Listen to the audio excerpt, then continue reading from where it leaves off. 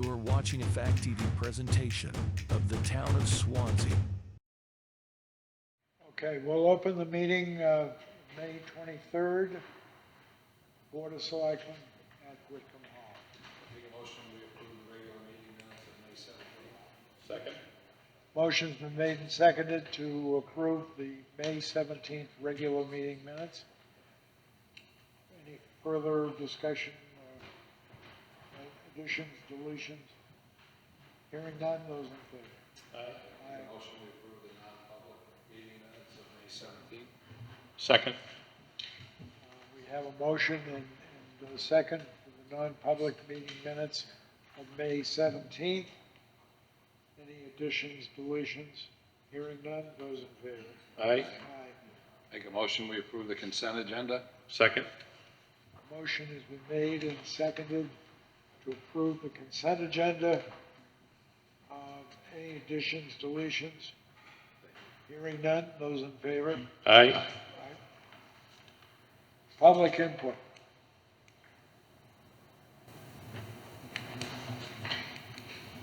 Hearing none. They don't seem to be approaching.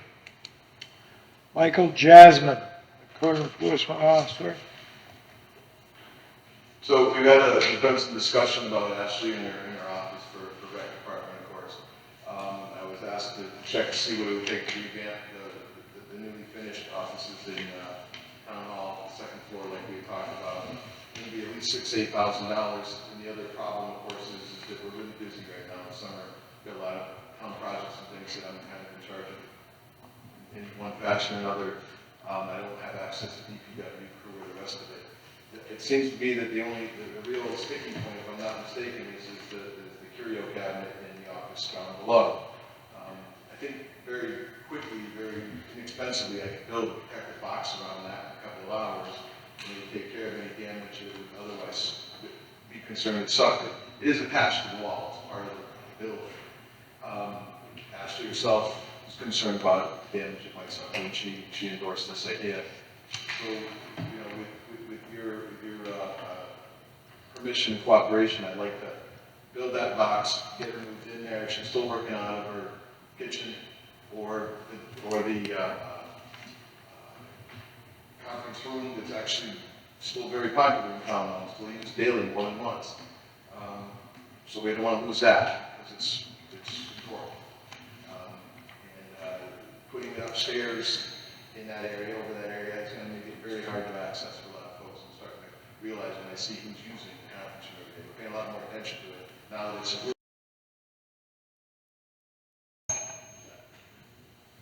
amorphous space. Like I say, she's full time. She's coming into town hall with laden boxes and books, lays it all out. We're going to pick it back up and then bring it back. It doesn't seem like a very practical way to go about her day. Especially with camp starting and the rest of it.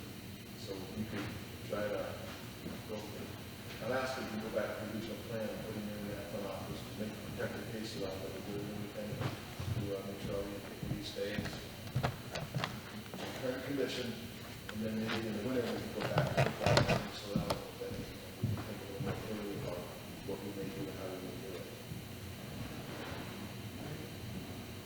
So you see this as a short-term, temporary? I don't know. Things change. You guys may decide. We all may decide. It's working out pretty good. We'll just leave it alone. But right now, we need to do something. This is not. It's free and paper. Yeah. And because I'm kind of going to be stuck. I mean, it's on that way, but I'm going to be charged with helping create a space. I felt I needed to come in and kind of let you know what I'm up against in creating a space in town hall. Okay. I don't say impossible, but nothing I really prefer to take on it. You can let me off the hook on that. Okay. At least we there. And then we can go over it. We've got a lot of projects right now. Okay. Josh's project.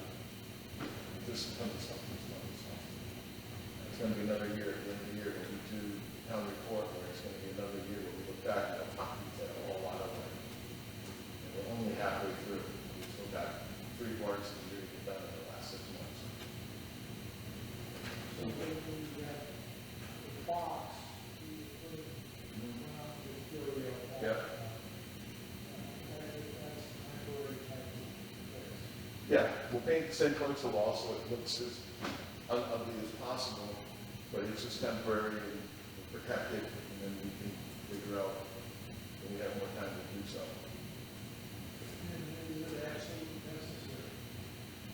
I think actually would feel a lot better. She's gonna have kids in there all the time and things, and they just do some pretty odd things once in a while, and I think she'd be heartbroken if that glass and anything got broken. Yeah, and we'll cut it in such a way that it'll come back apart. It's not going to be torn apart. The materials can be reused for something else that we can. A couple simple screws, nothing else.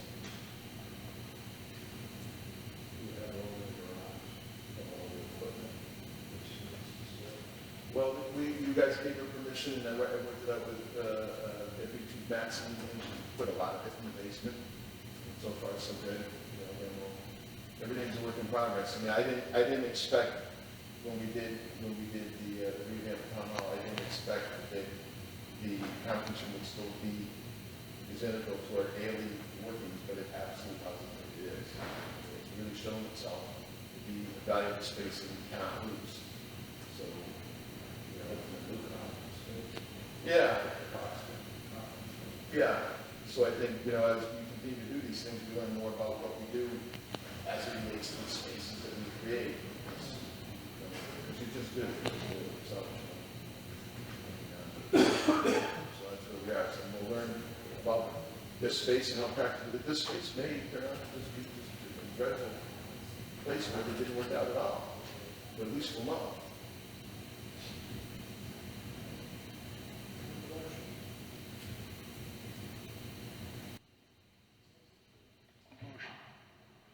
I think consensus would be fine at this point.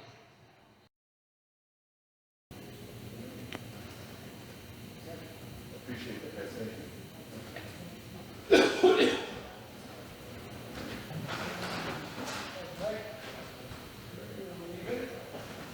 I'm sorry? I'm leaving. Goodbye. Thank you.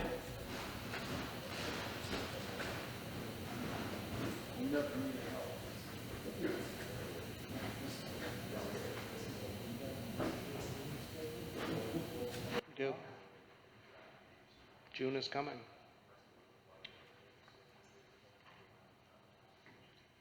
Okay, what's your thoughts regarding the June meeting schedule, guys? So I'm proposing meeting on the 7th and the 21st in June.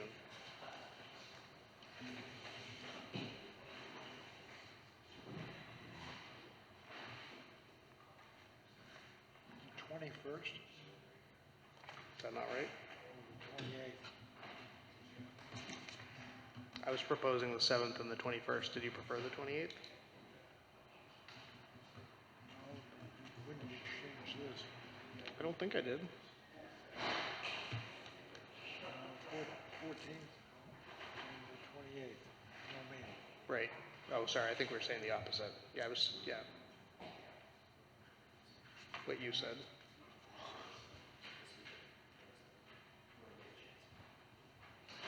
Okay, your thoughts, guys? Works for me. Yeah, It's in the calendar. as long as it stays. Okay? What else we have? I can do a few updates. Is there anything else other than that? Not at this time. Okay? So on the West Swanzey Water Company grant, we got a feasibility study grant from the state. We received governor and council approval on Monday, so we're able to start working. So we're looking at setting up a kickoff meeting and some site visits for Underwood Engineer to see some of the infrastructure and do some flow tests on the hydrants and whatnot. So that's exciting that we're finally able to get started on that in anticipation of possible for a town meeting action next year. Do you think, given the delays, that's a realistic possibility? I do. We're going to do everything in our power to make it possible. That and everything else? Yep. The West Swanzey Water Company has been great, providing a lot of historical documents, so that'll be helpful to get us started. So we're trying to get it kicked off early in June. Richmond Park restrooms coming along very nicely. They're planning to be substantially complete, which to us means flushing toilets by Memorial Day, which was our goal, which is when the lake opens. So if you haven't been by to check them out yet, definitely are going to want to stop by, if not before the ribbon cutting, which we have to schedule, but it's coming along really, really nicely. So it's going to be a huge improvement down there. Sure will. Yep. Now Savannah can go back to camp. Perhaps. No, not happening. Not happening. Okay, we lost her. Overnight now. What's that? She's overnight now. Ah, gotcha. Yeah, we can't keep up with that. As Mike was mentioning, the next project that's going to be coming up, kind of simultaneous-ish with that finishing, is going to be the recycling center improvements. So we hammered out a contract and schedule with TCD, and they're looking at starting construction around July 3rd. They were actually ready to start sooner, but Josh wanted a little more time to get information out there. He's got a good notice. It's going to go in Swanzey Uncovered to let people know what they're going to be experiencing, that we're going to need their cooperation during construction, and they're looking at a mid-November substantial completion date for that. And what was the start date? Around July 3rd. Third. It's a Monday, so, you know, one day on, one day off, so And everybody else is off. be a good day to get started. That's true. West Swansea AA Park continuing to come along. The main thing they're still working on now is the stairs down to the river, and then the parking lot and the basketball area. Obviously, you know, the pavilion's been done, and Joe's been getting a lot of positive feedback on that and how it looks with in matching with the covered bridge. So that's been a big improvement. And on Friday, I was able to go to the New Hampshire Preservation Alliance biannual conference up in Claremont. Whitcomb Hall received an award, which they'll be presenting locally on June 7th. I also had the opportunity, one of the sessions was a mill yard tour of Claremont, and Chinberg, who owns our mill now, owns one of the mills, and we were able to walk through, see a unit, and if our mill comes out half as nice as that one, we'll have something to be proud of. And they were very complimentary of the town's efforts, especially Sarah, working on the shoreline exemption for the river and the demo grant. So they're actively working on plans, so we can hope to see something soon. And the sewer plant? They had a meeting down there today, which I understand went pretty well for a pilot program. So continue to try to find a way to treat the phosphorus. I think Joe's planning to come to your next meeting to give you a little bit better update, but I did send out, it'll cure your insomnia, but a report from Underwood Engineers from their last effort, which was mainly done last year, but was finalized early this year. So that has some information about it. Are we going to take a look at Pine Street, the property that we own there, and maybe look to either demo it or spruce it up a little bit? I meant to mention that to you when we talked earlier. So I think you were mentioning 112, the mobile in the back primarily. In the back and the house on the corner. So for the mobile in the back, we're 1 year away from the 10-year. People have 10 years to contest tax deeding. So if we can wait until next fall, I think that would be safer. Or we could have Mike condemn it, and just a little bit of a roll of the dice if it were to come back. Is it salvageable? I haven't been through it, so I wouldn't want to say. I don't think so. I don't think it would survive a move. And then 120, I guess, would look to suggestions, but we can put it on the list. I think the deck in the back was taken off last year. It should have been taken off. Well, it came off. Voluntarily. It came off. Yeah. It did. So if you have ideas, One way to do it. if you have ideas for sprucing, we'd love to put them on the list. We get a lot of compliments on, believe it or not, how nice it looks. So Really? we do, compared to its prior status. Oh, It's a nice corner lot. it is a nice corner lot. It wouldn't take much to make it into a space that the rec department could use, or To what? I'm sorry. to have the rec department use that for an office and then still keep our storage. I think it's pretty well full, and there's no heat or it might be on sewer. No, it's not on sewer. So we need utilities. Yeah. There was water and sewer there, right? I don't think so. I think it just goes to I think the campground is tied in from Spring Street. Oh, no, I mean just as far as the septic. Oh, yeah. I assume it had a septic, yeah. which it wouldn't need much. Could look at that.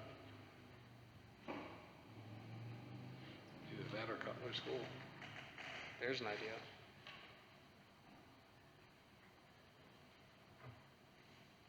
Those are the highlights.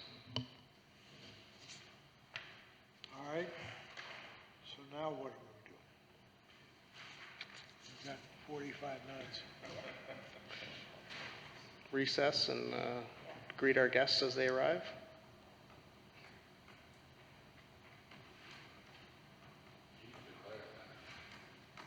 I can declare anything I want.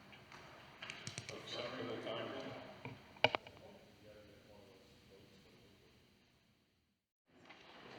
Welcome to Swanzey. Welcome to Wickham Hall.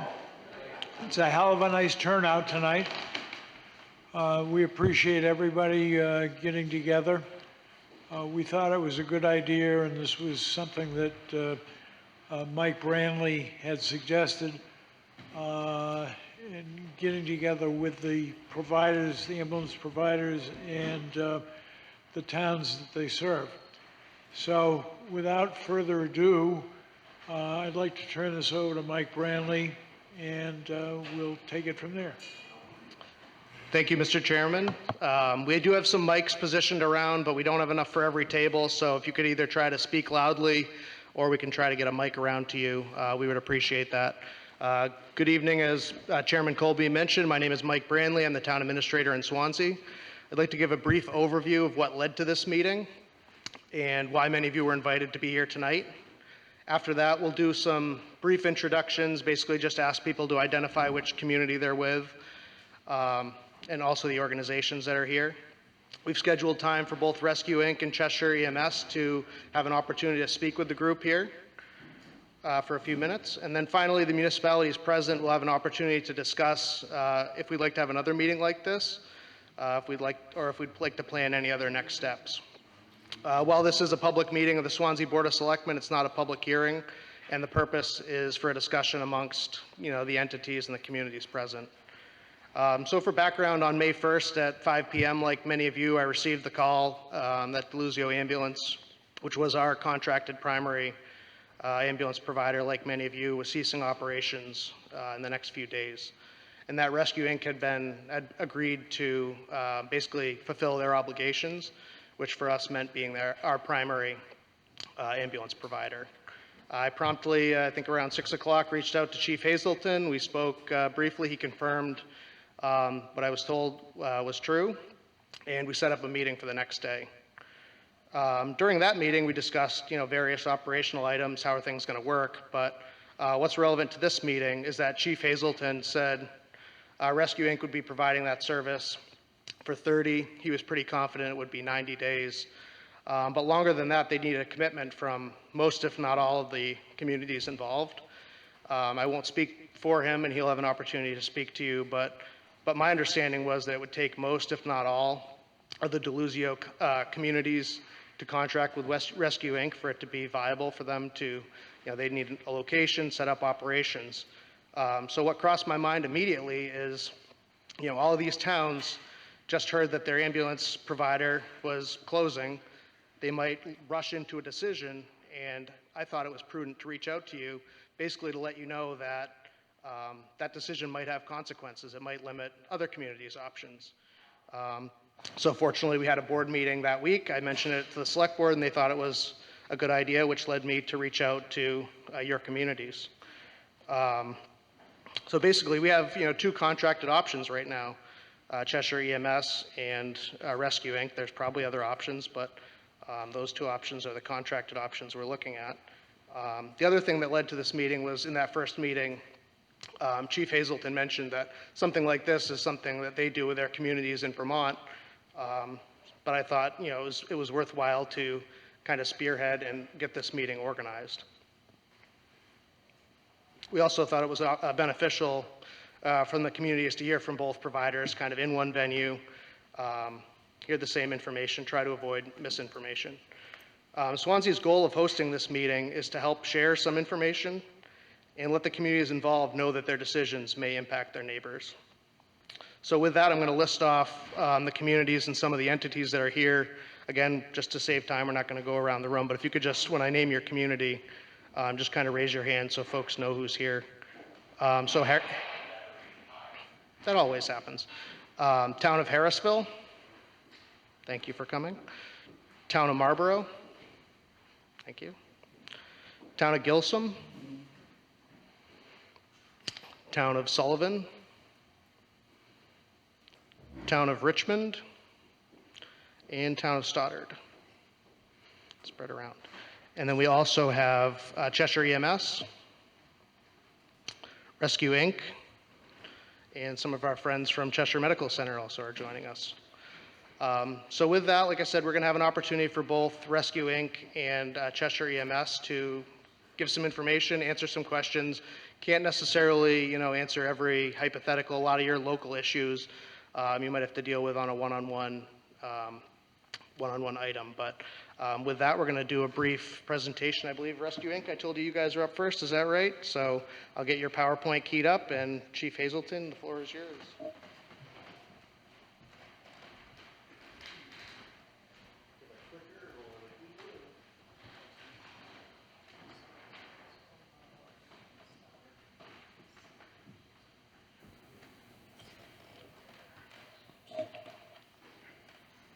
Perfect. So, thank you for coming out. Can you guys hear me without the microphone? Excellent. Thank you for the opportunity to speak with everybody tonight. And just because almost every face in the room is new to me, I figured I would at least introduce myself, Drew Hazelton, Chief Operations at Rescue Inc. I've been working at EMS for 27 years. Work not as much as I used to, but still work as a paramedic in both Vermont and New Hampshire. And I've been working as a chief for about 10 years, mostly in Vermont, but we do serve 2 towns in Cheshire County, both Hinsdale and Chesterfield. Get the right direction. So a little bit about Rescue Inc., because again, you don't have a ton of experience with us. We're a nonprofit organization created in 1966 as a solution to the challenge of how to provide ambulance service to a region. In Vermont, it's very difficult for communities to come together in a shared service model. So the communities came together and decided to create a nonprofit organization to do just that.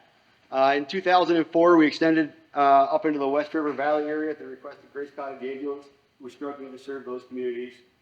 So our reach now currently is from Hinsdale, New Hampshire, up to Stratton, Vermont. We're a community partner. We work with all of the fire departments, first response squads, hospitals in our area to make sure these services happen. As we go through the slide presentation, we'll be talking about some of the things that we do. We do that in conjunction with our partners, not in competition with them. As a nonprofit, we have a mission. I don't like to read slides, but I think this is important. So our mission is to serve as a key component of our rural healthcare system and provide the highest quality, risk-appropriate, rapid response, emergency medical care and transportation services in our region. Take a breath. Recognize the contribution, determination, and dedication of our volunteers and staff who fulfill this mission, and complement our skills and services with education and training needed to achieve our objectives. That's at the center of our decision-making. That is the way that our board guides our organization, and it's certainly what we focus on. Being told that people online might only be able to hear you use the microphone. Well, that's a bummer. So we're going to talk about, what we think it's going to cost to operate in this region, but I think it's important that we look at, kind of what we do. We have a lot of experience on our side of the river. We're a nonprofit. We are governed by our board of directors, and we're very responsible with our assessments to our communities. We're very aware that it's very difficult to raise property tax revenue, and we're also very aware that it's not the place that funding for ambulance services should be coming from. As a general rule, we should not be funding medical care that is provided through a federal healthcare system on the property tax dollars. In Vermont, we've been very successful at getting increases in our Medicaid reimbursement rates to a point where we do not have to rely as heavily on the property taxes to cover medical services. So We do a couple things that are unique. We provide a subscription service in our communities. And what that means is that our fixed income seniors, a lot of our patients that have high deductible plans are able to get into our subscription programs. And the subscription program is $60 per household. And what that means is that those co-pays, those deductibles, those things that can sometimes put families in a tough spot are paid through their subscription program. That money gets pooled across our entire region and is a way to, again, fulfill our mission. So we're a nonprofit. We have a board of trustees. Our board of trustees is made up of appointees from each one of the communities that we currently serve. And as you heard earlier, we meet with all of our communities in a town hall style meeting like this every year and at every kind of major turn in our organization. It's very important to us that we're partners with the community and that the decision making is made as part of our community. So this is one of our meetings. We record our meetings. They're online. They're available if you want to go back to see kind of what the story of Rescue Inc. is over the last decade. You can go to Brattleboro Community Television and you can find all of our meetings. So I took this slide from our last town meeting with our communities in Vermont. We're very proud of the services we provide. 6,000 calls, and we have not had a single mutual aid truck serve a 911 call in our community in 7 years. So we take our commitment to serving our communities very seriously. At the time, we had 9 ambulances, staff vehicles, tow vehicles, technical rescue, boats, UTVs, COVID and public health response equipment, and the list goes on. So in order to meet our mission, we do it through a whole bunch of different programs and using a bunch of different staff and techniques, including 911, our interfacility. We have large incident response, event coverage, public health, education, disaster, and specialized rescue. So we're not a little organization. We have 97 licensed medical providers, a total of about 125 staff and volunteers that serve our mission. And this is the organizational structure. We have a training branch, which is the Vermont EMS Academy. We have a special programs, which is currently working on specialized transportation for mental health patients and mobile integrated healthcare. We have our general medical 911 coverage, so our what we call our operations sector. We also have our technical rescue team that goes out and serves people that get themselves into trouble in places they shouldn't be. Our focus is on high quality care. The key to our high quality care is really the people. It's the providers that we have, the longevity of the providers that we have, and the fact that our providers are committed and dedicated to the community. We farm our own people. They're local people that we bring through school all the way through from EMT, or now in Vermont, the Vermont Responder, through EMT, advanced EMT, and then we send them off to paramedic school. So they're community people that are working in the community. We do it with modern equipment, quality education, and we treat our system like a system. Our first response squads, and I say our first response squads, they don't belong to us, but we are part of the system. We're the center of the system, but we support the first response squads that are housed in each one of the local fire departments or fast squads. We help them with training, we help them with education, we work with them on a daily basis. They're as much part of our system as we're part of our system. We do a lot of community engagement. We have teams that cover community events, providing first aid. We do that through our mountain bike teams. We do it through public education campaigns, Stop the Bleed, CPR. We also provide coverage to water rescue or water events, paddling events, sporting events. We like to be involved in the communities that we serve. Again, our people are living and working in the communities. We don't forget about the kids. We have pediatric programs. All of our trucks are pediatric safe. All of our, at both of our current stations, we do offer car seat safety checks. Large incidents. We have an entire group of people trained to manage large incidents, whether those large incidents are mass casualty events, large fires. We have the ability to heat and air condition. This is part of, those are two of a series of 6 tents that we can set up. Those are heated, air conditioned, climate controlled for year-round operation. We also have response trailers that we can do many things with. We were in the city of Keene earlier this winter, providing support to them during some cold times. Well, that one didn't come out very good. We have technical rescue team, supports, again, people that get themselves in trouble in places they probably shouldn't be. We do wilderness search. We're a Vermont state asset for search and rescue. We provide services across the entire state. We have 32 people on our search and rescue team certified by the state of Vermont to respond everywhere in the state.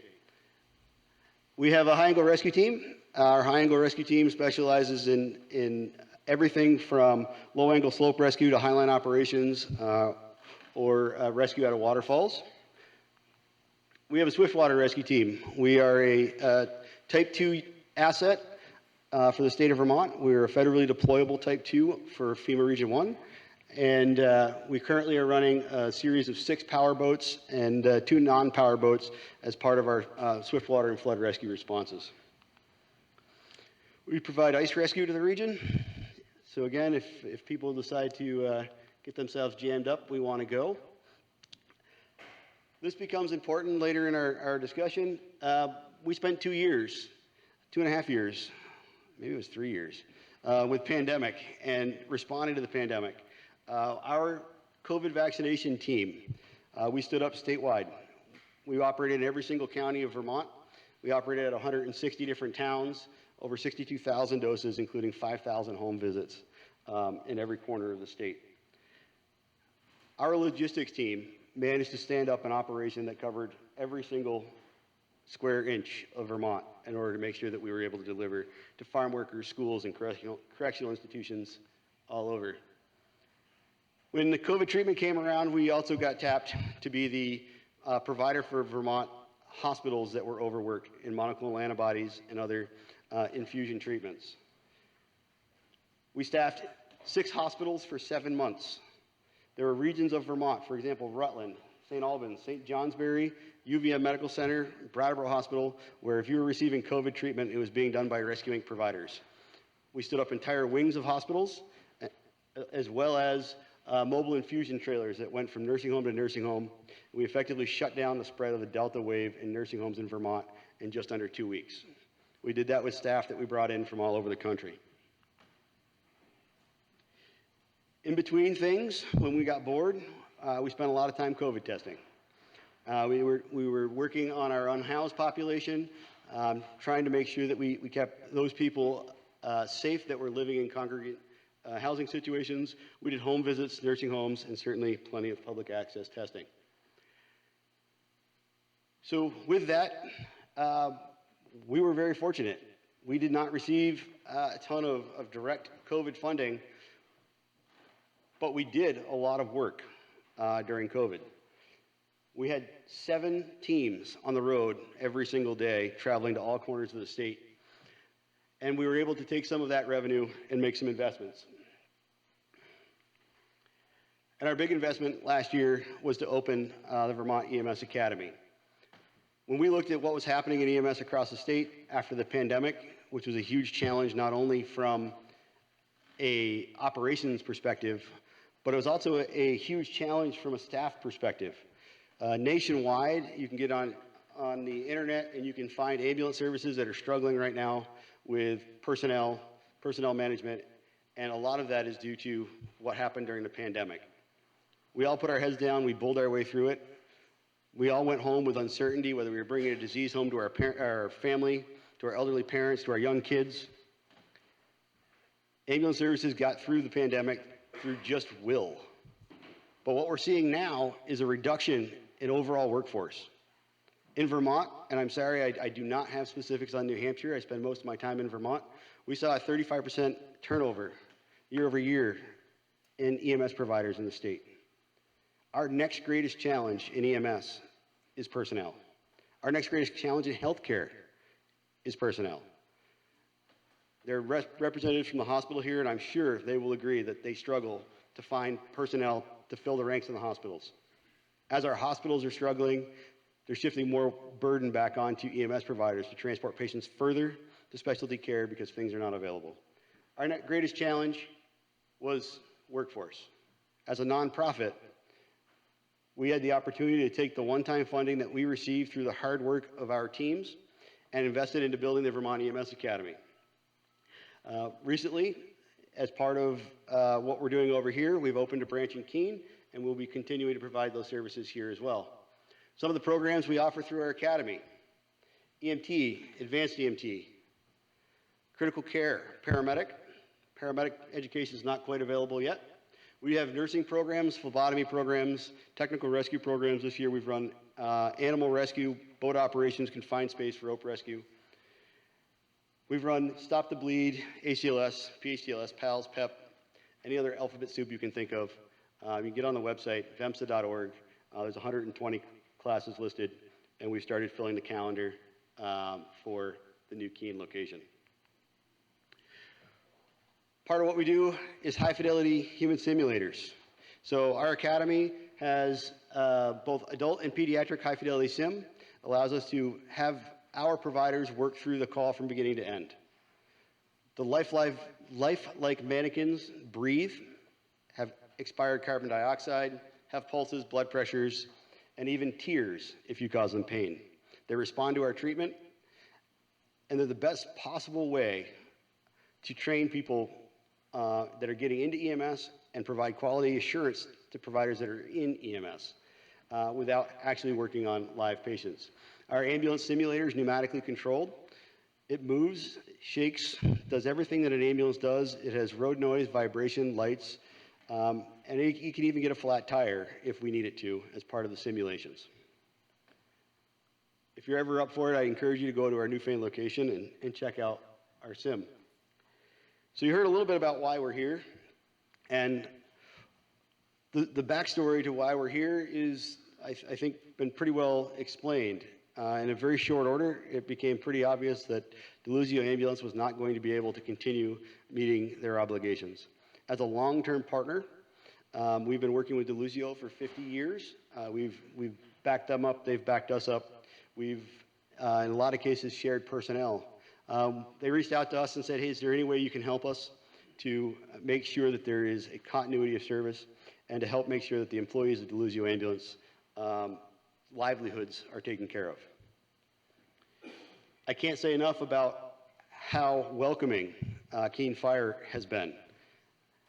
The partnership, again, long-standing partnership that we've had with Keene Fire, working with them. In fact, many of the staff at Keene Fire have been through Deluzio, worked as Deluzio. Several, if not more than several, trained as paramedics at Rescue Inc. There's staff that we trained and certainly worked full-time for us that have moved over to Keene Fire. So our ties are very deep, and I can't thank them enough for how easy they've made this situation as far as giving us a place to operate out of. So what we did do is we ensured that the service was not interrupted. Every single 911 call since the transition has been covered. All of the staff at Deluzio Ambulance are currently employed through Rescue Inc. And are receiving paychecks so their families are taken care of. That was our goal. Our board of directors was kind enough to allow me to say, yes, we can do this for 30 days and up to 90 days if we need to support this region so there's no interruption in your services. Again, as a nonprofit, it helps because it's part of our mission. Taking care of our neighbors is part of what we do. So this is what we're bringing to the table. High quality, risk appropriate emergency response. That's what we're known for in Vermont. That's what we've been doing for 50 years. Long before I was chief, they figured out high quality, risk appropriate emergency response. We have the capacity to surge. We currently are running 12 ambulances on the road today with 97 medical providers. We have the ability to put all of our trucks on the road at any given time. We have a very complex scheduling system along with on-call and backup that gives us the ability to run every piece of equipment if we need to. Again, we do community support. It's part of what we do. We have open dialogue with the people that we work with including the fire departments, police departments, and town officials. If this was one of our town meetings that we held every year, the first question I'd be asking is, what services do you need that you don't have? And how can we help? And you can look at 10 years worth of meetings and you'll see that we ask the same questions every year. What is it that you need that we can do to help? During the pandemic, that was vaccines. During Irene, that was flood rescue. And that's how we determine the services that we provide, by meeting with our partners and filling in the gaps. Our staff live and work in the communities. We intentionally bring people in that have roots in our area. We train them, we take care of them, we provide them with a livable wage and a career path. That's how we have such dedicated, high-quality EMS providers. These people work in your communities, they serve on your boards, they take care of your local sports teams and youth teams. Most of them are on local fire departments, first response squads. And, of course, training and education. You can't have high-quality EMS providers unless you're providing high-quality education to go with it. Honesty, reliability, predictability, safe work environment, and employee support speak for themselves. Our way of doing business is predictable. We show up to every single call. We provide high-quality EMS, and our communities know they can count on us. We don't suddenly change our pricing. We don't all of a sudden go back to them and say, hey, we forgot the budget for an ambulance, will you guys kick in for one? We're predictable all the way through. So again, what's new? New EMS education here in Keene. We'll be offering all the same programs. We're not putting an ambulance simulator in there, but we will be using our high fidelity mannequins over here. So far, those long-standing partnerships that we've had have turned into some pretty great collaboration. We're working closer now with Keene Fire than we ever have. We're working closer with the new rescuing employees that used to work for Deluzio than we ever have. And we're finding some pretty amazing people in both groups. So, coming out of the pandemic, I know there's a lot of federal funding floating around. In Vermont, EMS did not receive direct COVID recovery funds. That's not how it worked for us. In Vermont, federal funds went to each municipality. Some of those decided to support EMS, some of them did not. In our communities, we did not ask for COVID funds to support EMS operations because throughout the pandemic, we maintained our operating model. Our operating model has been consistent for 50 years. There was no reason for us to change the way we did business. So what we were charging before the pandemic is what we're charging after the pandemic, and our communities took their federal funds and they used those for stabilizing whatever was important to each of those towns. What that means is we don't have a big pool of COVID money that we can offer to subsidize EMS. Not on this side of the river and not on the other side of the river. What we can offer is consistency. So I put together some cost calculations because I know in the room there's a lot of select board members and town administrators, and what you all like is spreadsheets. So you don't have to copy this down. I have a handout. So I've learned if I give everybody the handout ahead of time, then everybody keeps their head down and they read the handout. So I'll give you the handout after. This is what it costs to provide service to this area. And what I'm going to tell you is that we have 3 weeks worth of data that we can speak to. We know what it costs to employ people.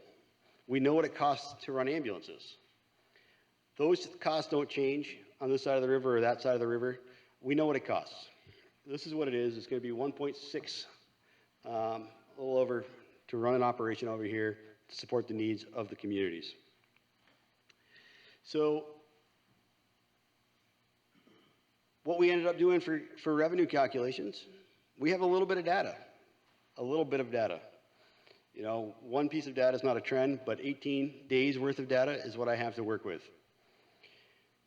18 days worth of data says that right now we're receiving $2,681 by average every single day in patient billing revenue. These are real numbers off real calls that have happened in the last 18 days. What that means is that we have to project that number out. Again, we're a nonprofit. We've got to bring our number to zero. $978,747 is what the total value of insurance, reimbursement, and paramedic intercept fees will generate in this system. Unfortunately, New Hampshire, the payers in New Hampshire Medicaid pays 30% of what it does in Vermont. So over here, you guys are up against a giant hole with your Medicaid program. And that is being represented on the screen right here. So we take the population of all the towns. Our math is pretty simple. You almost don't even need a calculator to do it. So we take the total number of revenue that we predict. We think we can get a few grants and some donations to help cover some costs. We have a deficit. We divide it by the population, and we shoot for zeros. That's the simple math that we use when we're trying to tell people what it would cost to deliver ambulance service to your community. Here it is, 14 cents a day per citizen. And before I end, and I think I've probably used more than my share of time, I'd like to make sure I throw a happy EMS week out there to all of our EMS providers, wherever you are. This is a very thankless job. And I'd also like to say that this is about people. So when you're looking at all of the equipment, and we could literally ring this building in equipment, we could block the streets of Keene with trailers and trucks and ambulances. At the end of the day, EMS is a people business. A dedicated healthcare provider serving 24/7 requires people. And I can't say enough about the men and women that are actually currently serving here as well as in our Vermont operation. And I'll take whatever questions people might have. Yeah. So could you speak a little bit more about, I wrote down that you had dialed up operations in Keene, and I thought it was about training, but then it seemed like it wasn't about training. And of course, for most of us in this room, you know, Vermont sounds great, but it's a little far away. Yep. So could you expand on that a little? Sure. How did So we currently have a staffed ambulance at the Keene Central Station and a staffed ambulance at the Keene West Station that are serving this area. how many ambulances?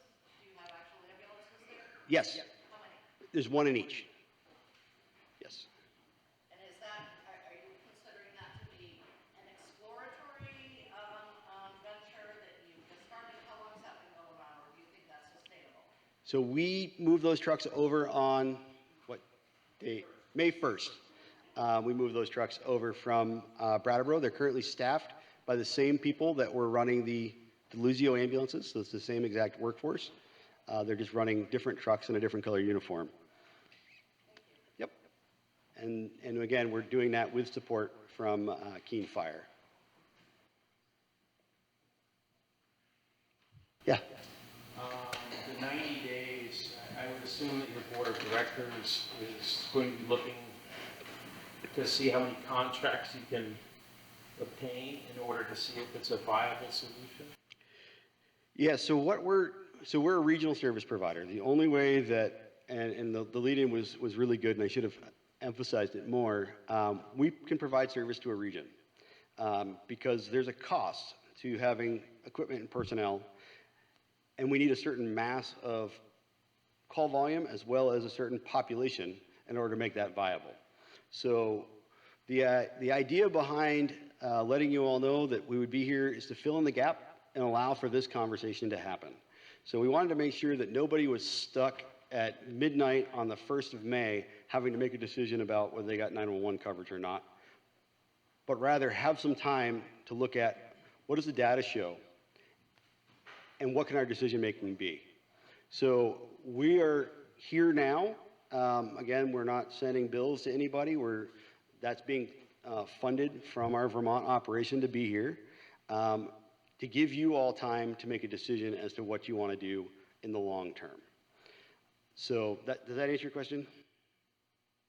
Partially, I guess, do you have an interest to be here beyond 90? We do, absolutely, yes. Our board has decided that, yes, we would like to be here, we'd like to continue to support this region, and we can put together, individual, letters and stuff for boards, but it's a region to us.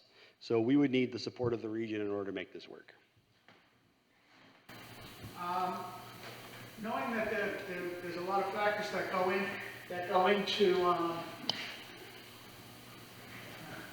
I could go with mics too. Knowing there's a lot of factors that go into the calculating the cost, travel distances, runs, number of calls, and everything. Just now that people have had time to do their little math in their head, so you threw out $49.76 per capita. So when we're sitting here trying to decide what our cost is going to be going forward, is it reasonable for the town administrators to say $49.76 times however many people in their town is going to be what we would expect your contract would look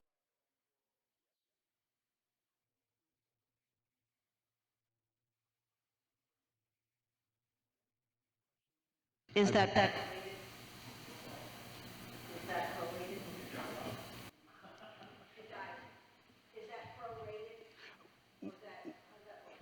So we invoice monthly. Yep. Yeah. Approximately, if you know, what percentage of Rescue Inc.'s revenue comes from the towns as compared to billing the users? So in our current operation, which is, I can't speak to what exactly would be here in our total payer mix, 17% of our operation is funded through taxes, through property tax assessments. The rest of it's coming through either insurance or grant funding. Thank you. Yep.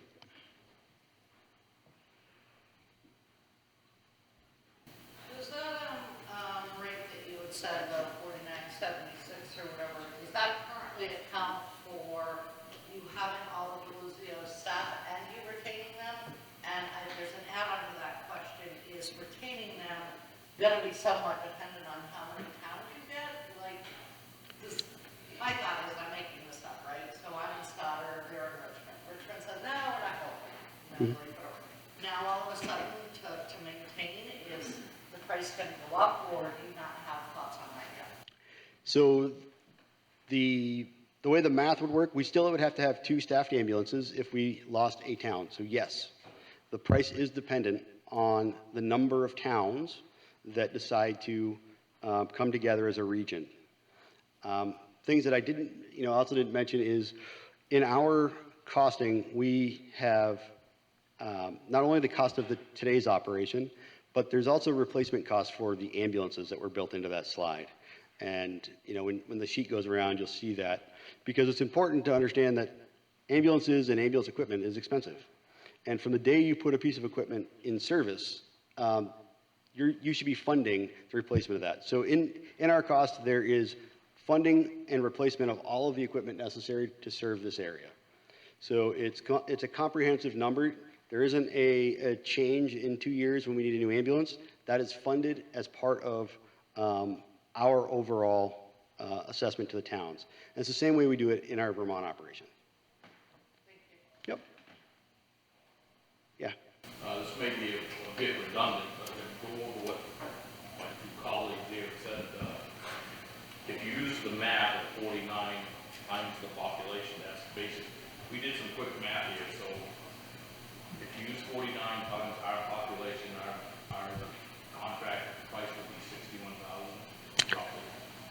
Yes. I don't know what town, I'm sorry.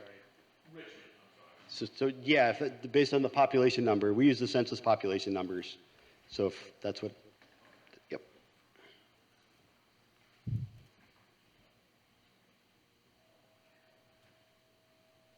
Yes. So, I apologize, everybody, I have a question after. So two ambulances in Keene, if everybody regionally said, hey, this is it for us, we love it, right? Is that enough to sustain backing up Keene and then becoming primary in so many different directions? Can you weigh in on that? Yeah, so the way that our system works is you have two ambulances that are here now, and then we have Keene Fire backing us up, but we also have a lot more resources at our other facilities. So when our system gets busy, we use status system management to move resources throughout the system. So if it is busy here, we will shift ambulances, not when a call happens, but before calls happen. Twice in the last 18 days, the ambulances that were over here were backfilled ambulances that came out of our Brattleboro office. They were already in Keene at the time of the call, but the system is busy, so we use this status system management to shift resources. So right now, we have 4 staffed ambulances out of our Brattleboro office that can be shifted. We have a staffed ambulance in our Townsend office, and then we also have on-call personnel that allow us to fill the entire fleet if we need to. But we do shift those around, and this is also, we're very fortunate to have partners with Keene Fire willing to back up those services with the ambulances they have in Keene. Great, thank you. Yep.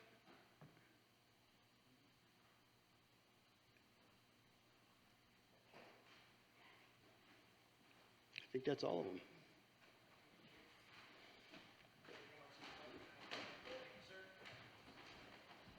And during my introductions, I was remiss, I think I missed our friends at the City of Keene, so Chief Farquhar, if you'd like to raise your hand. And I understand Great Brook EMS is also here as well now. With that, I will give the Cheshire County folks an opportunity for their discussion. I'll get their PowerPoint up.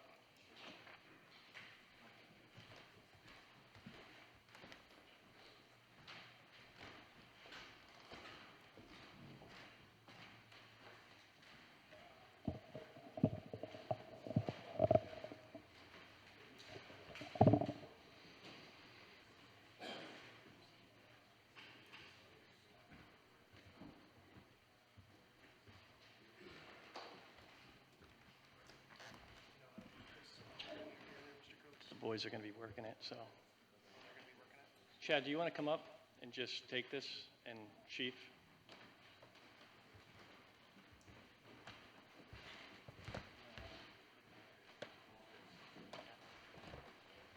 But don't move until I'm done. Good evening, and thank you, Michael, first of all, for bringing this all together. I do really appreciate having this conversation. And thank you to the towns for attending tonight. I actually hadn't planned on talking tonight, but 2 of the towns reached out to me to ask me to talk a little bit about background, why we're here, what got us here. So I'm going to do that. I'm going to try to be as short as possible about it so that you can actually get to the chief and deputy chief.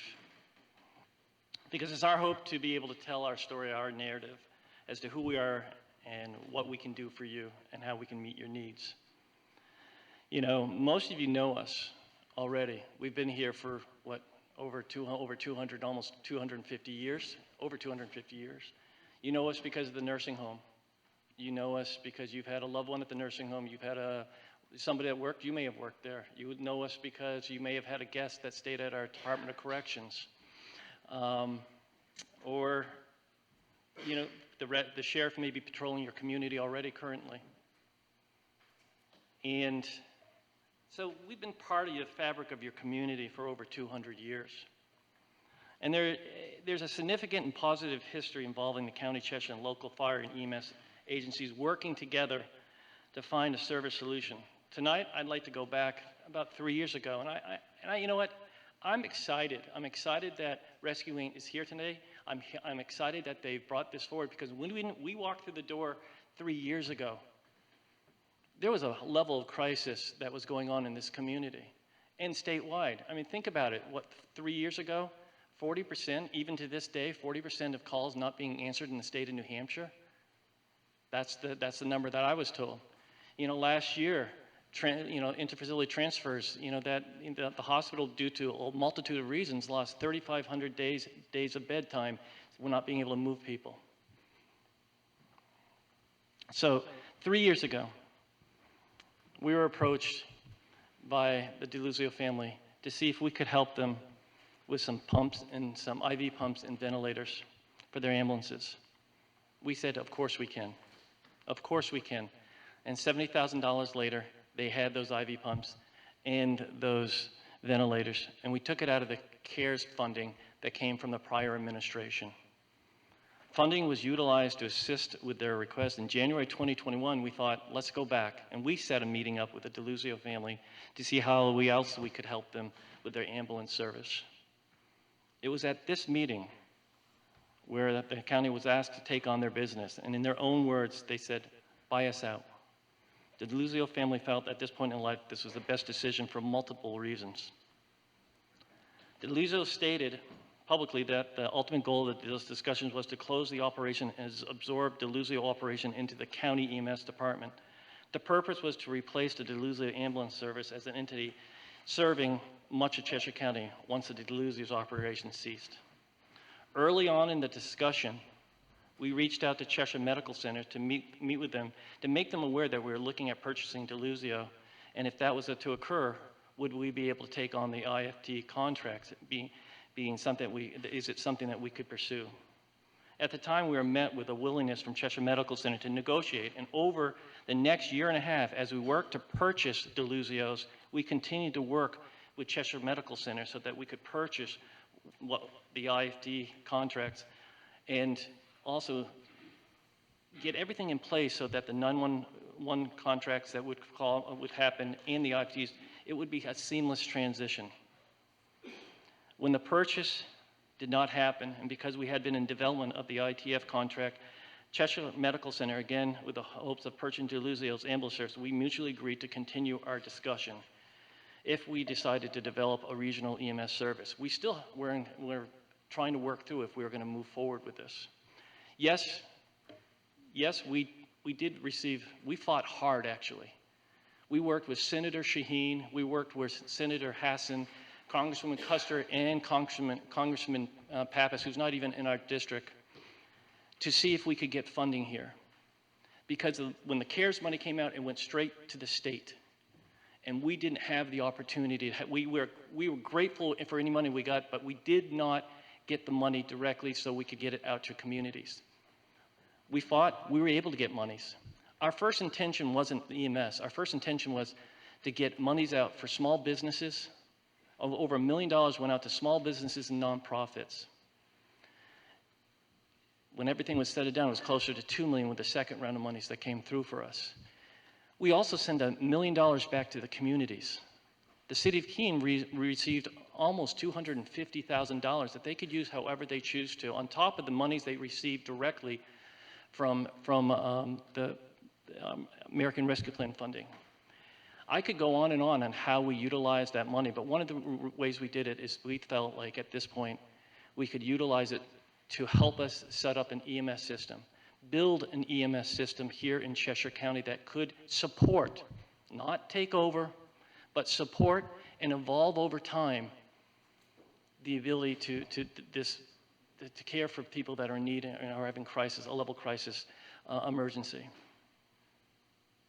So, with that being said, we continued our conversation with Cheshire Medical and entered into a contract with them as a primary provider for interfacility transfer, which was a key to some of our budgeting processes when we looked at it in November of 2022.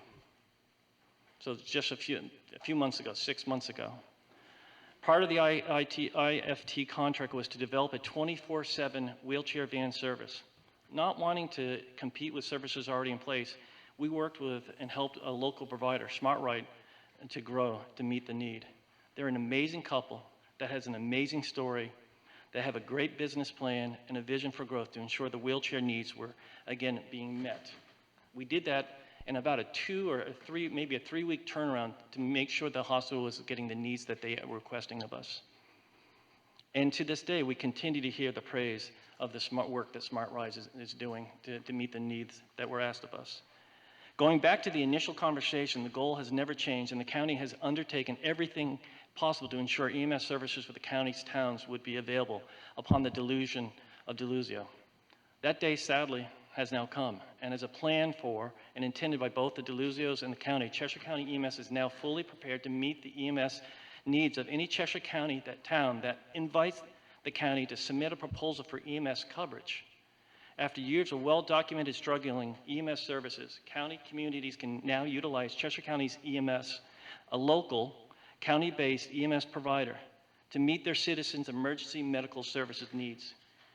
We welcome a realistic assessment and deliberative process at the town level, because that's where it should be happening, to lead the best decisions for each town in Cheshire County. And that's why we're excited about being here tonight, and we can't, again, thank Mike for bringing this together. Local fire chiefs and boards of selectmen need to discuss what is truly the best for their community. The focus must remain, as we all know, on the needs of the people. In the interim, regardless of any individual town's discussion, Cheshire County EMS stands ready and able to provide emergency assistance to any town for any reason. From day one, Cheshire Medical EMS is here to serve and here for our communities when asked. I'm going to turn it over to Chief Spain to lead us, and then I think he's going to turn it over to Chad, Deputy Chief Chad Butler. Thanks, Rick.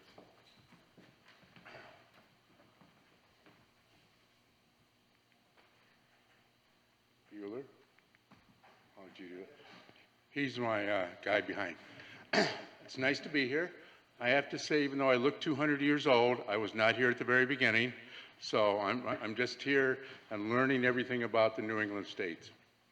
Chief, it's nice to meet you. First time I broke it.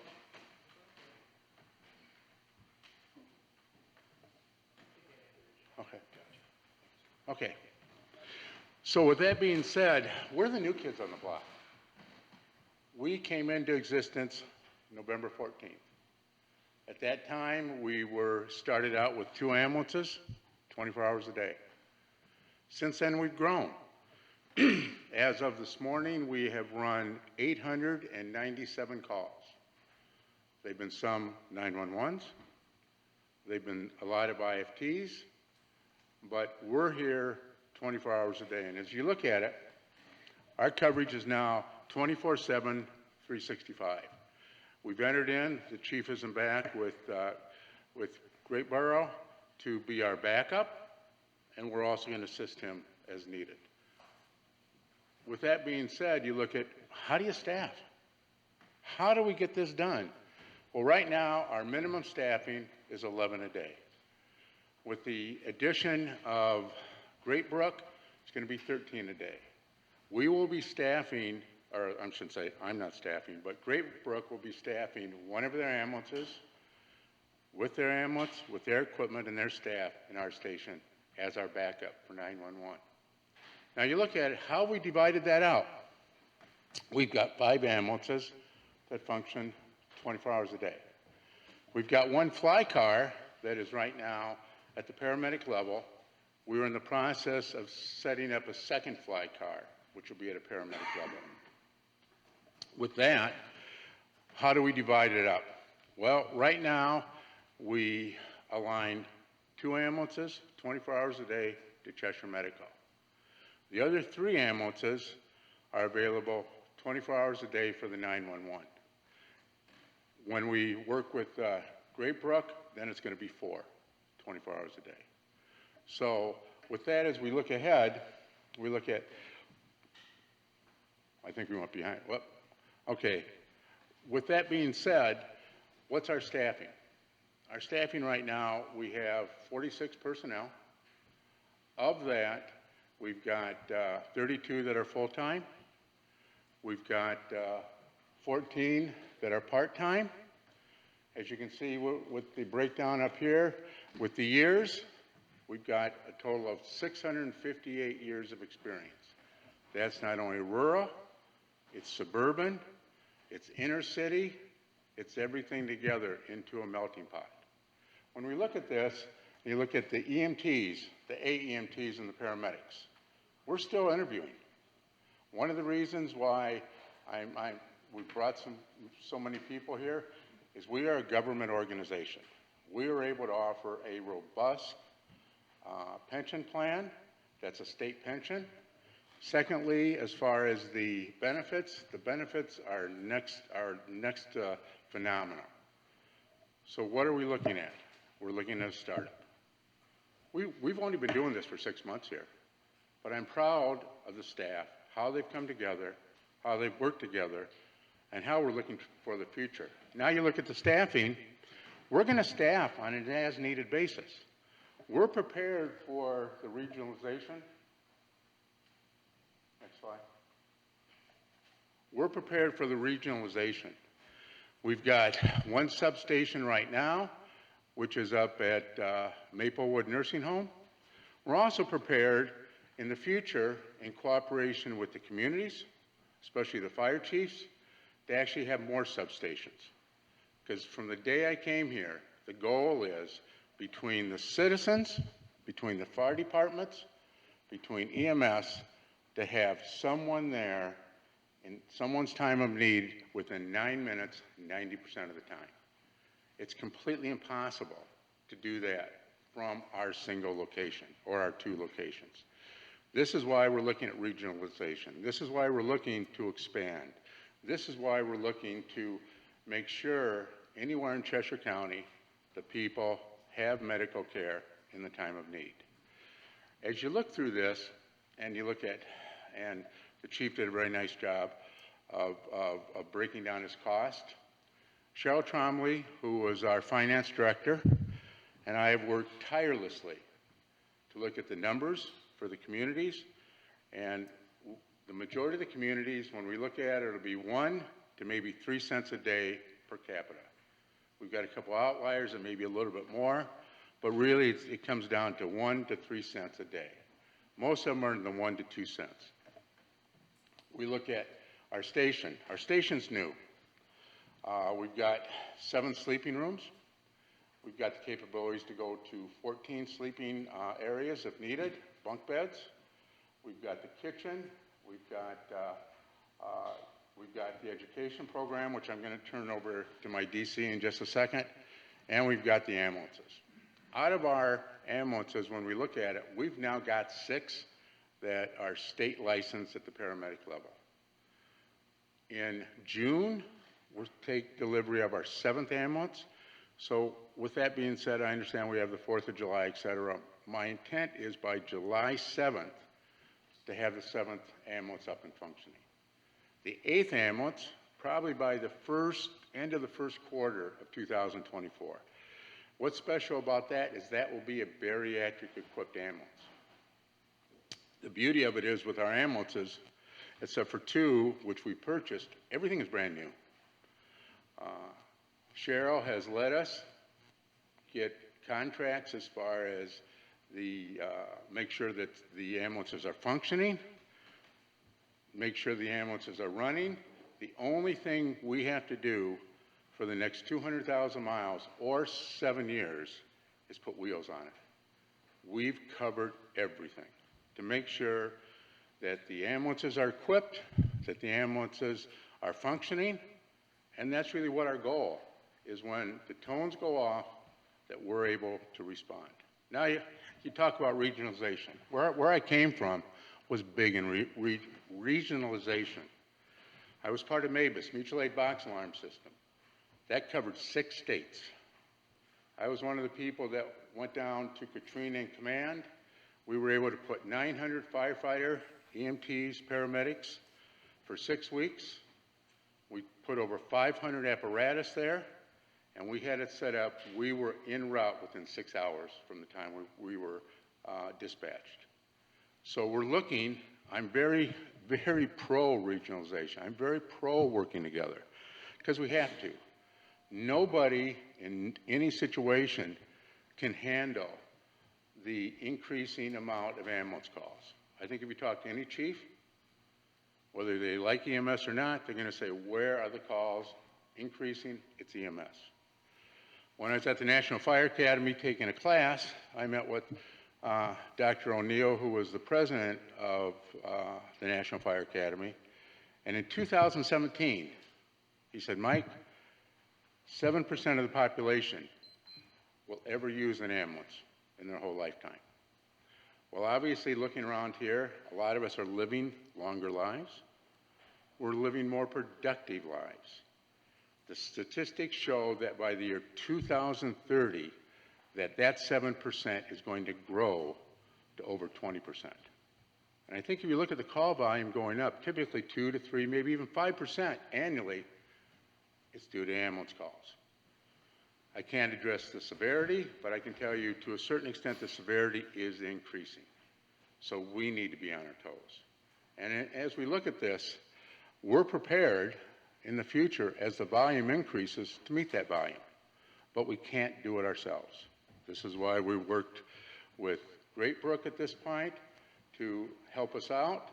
We're looking for any other organization who wants to help us out because we can't get by unless we have some friends. We can't do it alone. We need everybody in this room. We need all your fire departments. We need your selectmen. We need everybody to work for one common cause, which is to provide appropriate medical care that provides longevity to the patient. That's what we're here for. And that's what we're really all about. In the commitment to the communities, we've talked as far as Swanzey. We are in Swanzey.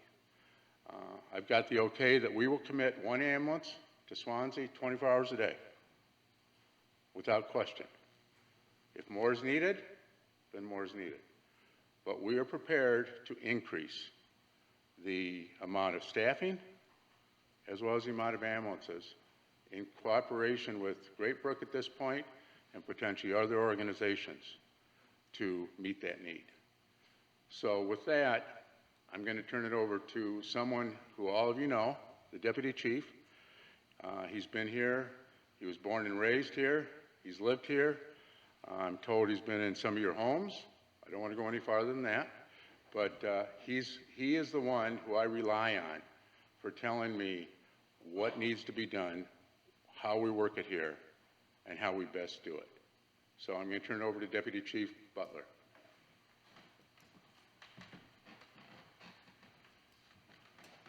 Evening. A lot of familiar faces in here. I think I'd bring a little bit more energy.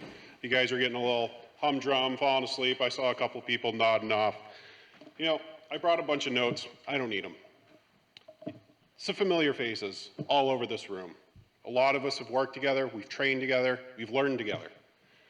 What we've built here is no longer just a stepping stone. EMS for a long time has just been a mere stepping stone into law enforcement, the fire departments, other healthcare professions. We have created a career opportunity through local classes that are supported by Keene High School and other regional programs. Somebody can graduate from high school tomorrow and walk into our agency and secure a retirement and a competitive wage and fantastic benefits packages to support their families. Now, it wasn't easy for us to get started. We didn't start with a whole lot of people, but a lot of those people are standing in the back of the room tonight because they care. They're committed to this community. A lot of them left high up on the hierarchy positions in their respective departments and the agencies that they came from because they accepted the challenge of what they believe we are creating here, what we know we are creating here, and that is opportunity. And we are looking to be the catalyst to bring EMS regionalization together as a county and as a community. But we've got to support that, right? You know, we've been divided for a long time. You know, a lot of times the property borders, the town borders has kept things divided. Well, we're looking to be that catalyst reaction to bring everybody back together, working together. I'm going to go the wrong way first, just so you guys remember the last slide. So, we have already been out in your community. Chief and Chris said it perfectly. We've been ingrained in this community for a long time. And those individuals in the back of the room are even browsing for houses. Granted, the economy's what it is, and they're finding a hard time, but boy, are they looking. But we've been out in your communities. We've been partnering with Cheshire Fairgrounds. We did a horse event with them this past weekend. We've been doing community and EMS staff trainings. We've been out to touch-a-truck events. We're going to be covering a half marathon here in Swanzey later this year. We participated with the Bulldog 4 for Fun Run. And to make sure I got there's a lot of Fs. Keene Kiwanis Cool Wheel events, where we partnered with Keene Fire and Keene Police Department in the Sheriff's Office, where we all came together to help educate those kids and to be there and teach them about safety, because that's how you do preventative approaches to what we do. We have car seat technicians. We've sent a number of people to classes to be able to help provide families with the education and the knowledge to be able to securely fasten their children in their vehicles. We have community CPR events coming up this weekend in Westmoreland. We've secured that we will be hosting, or co-hosting, I guess you could call it, with Monadnock High School and Keene High School, where we'll be providing an ambulance coverage for all their home football games. We are also being invited to cover the Keene High School graduation. But we don't just stop at community, we care about the professional as well. Dr. Swanzey has been gracious to grace us with his presence and his education to provide us with further continuing education to adapt these individuals not only to our region, but to look at a way that we can work together to provide better care for all of our communities. We have paramedic Jeff LeBlanc. He's our education coordinator. He comes with a wealth of knowledge. We have been offering ACLS, PALS, and BLS classes. In only 6 months, we've been able to put together a small alphabet soup. It's slowly growing every day. We've secured Michael Hutchinson to teach an EMT class for us this fall, as well as an AEMT class this spring. We are going to be offering continuing education classes so we don't have to keep commuting and sitting in front of a computer, painstakingly long hours, watching the screen and the slides go by. We want to get everybody together. We want the communal approach. We want people working together. We have CPR, first aid, stop the bleed, and in the near future, pet CPR classes. Because, well, people got a lot of pets and they treat them like children. It's not a bad thing. And we're going to be putting on clinics. We have a fantastic setup at our location where we can do easy ingress and egress to be able to provide car seat technician clinics for our community families so that they can get the education that they need. We continue, oh, I went the wrong way again. Oh, bear with me. It's 4 buttons on this remote. The long and the short of it is, we are committed to this community. These individuals have come from all over New England to come root themselves in this community because they believe in the regional system. They believe in the county approach. Many hands make light work. It's a term that we've all heard together for a long, long time. Well, let's prove it. Let's make many hands make light work, and let's work together because we are all committed to our community. And so are those individuals standing in the back of the room and out running calls as we speak. I'd like to turn it back over to Chris Coates for final messages. One thing that wasn't said is that we have said from day one, distance is a problem. So we will work with chiefs as we move forward. We'll work with chiefs because we don't presume to think we know where the best spot is. But as we move forward, can we put an ambulance in an area and have it staffed 24/7 on a regular basis in an area that can serve 3 or 4 different communities? One of the biggest questions we've had always is, what's your backup? What's your backup? We've always said, well, we've got 6. At the end, we're going to have 8 ambulances. We should be able to back our own selves up. But we didn't stop there. We did. I appreciate that Chris Rousseau from Great Brook, understood, came to us and said, I believe in the regional process and what you're trying to do here, and can I be a part of that? And we said yes. And that's when we're working out. That's how we came to that partnership to move forward with their ambulance in our facility, with their staff, with their people. We're also, it's Great Brook, but we're also, a few weeks ago, when we've talked about this, I reached out to the city manager and we came together and we had a conversation. We've also decided to continue that conversation with the chiefs, and I look forward to that conversation because we need to see how we can come together and support this. It's not a bad thing that Rescue Inc. is here. It's not a bad thing that we're trying to do what we're trying to do. because it only makes everybody stronger at the end of the day. It's a great thing what Fitzwilliam's trying to do, and Troy's trying to do, and Jaffrey Ringe staying healthy. That's how we succeed here, and that's what we need to do. And one other thing that one of the towns asked me, and I will address here, is that we have no interest. No, I don't know where some of these things come from, but we have no interest in taking over Southwest Mutual Aid. I don't know how that type of story gets out there, but no. I will tell you this, though. I will tell you that we have been working with them.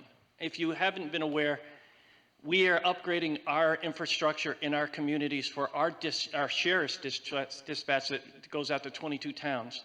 That's $4 million. We were able to take and go out and find grants and other revenues, so it wouldn't be put on the tax base. When they heard about that, they came to us and said, it's going to cost us $6 million to do that. So what I'm trying to do is work with Southwest Mutual Aid, with Shaheen's office, because they're over in Vermont, Sanders and Welsh and others, to try to see if we can somehow work something out so that that doesn't hit your bottom line either when they come and say that, so that mutual aid will be able to go digital, they'll be able to upgrade their infrastructure. Because right now, if it's like us, we had to go on eBay to find some of the equipment to replace it when it broke down, and that's not a good feeling to have. And so that's really the only relationship we have.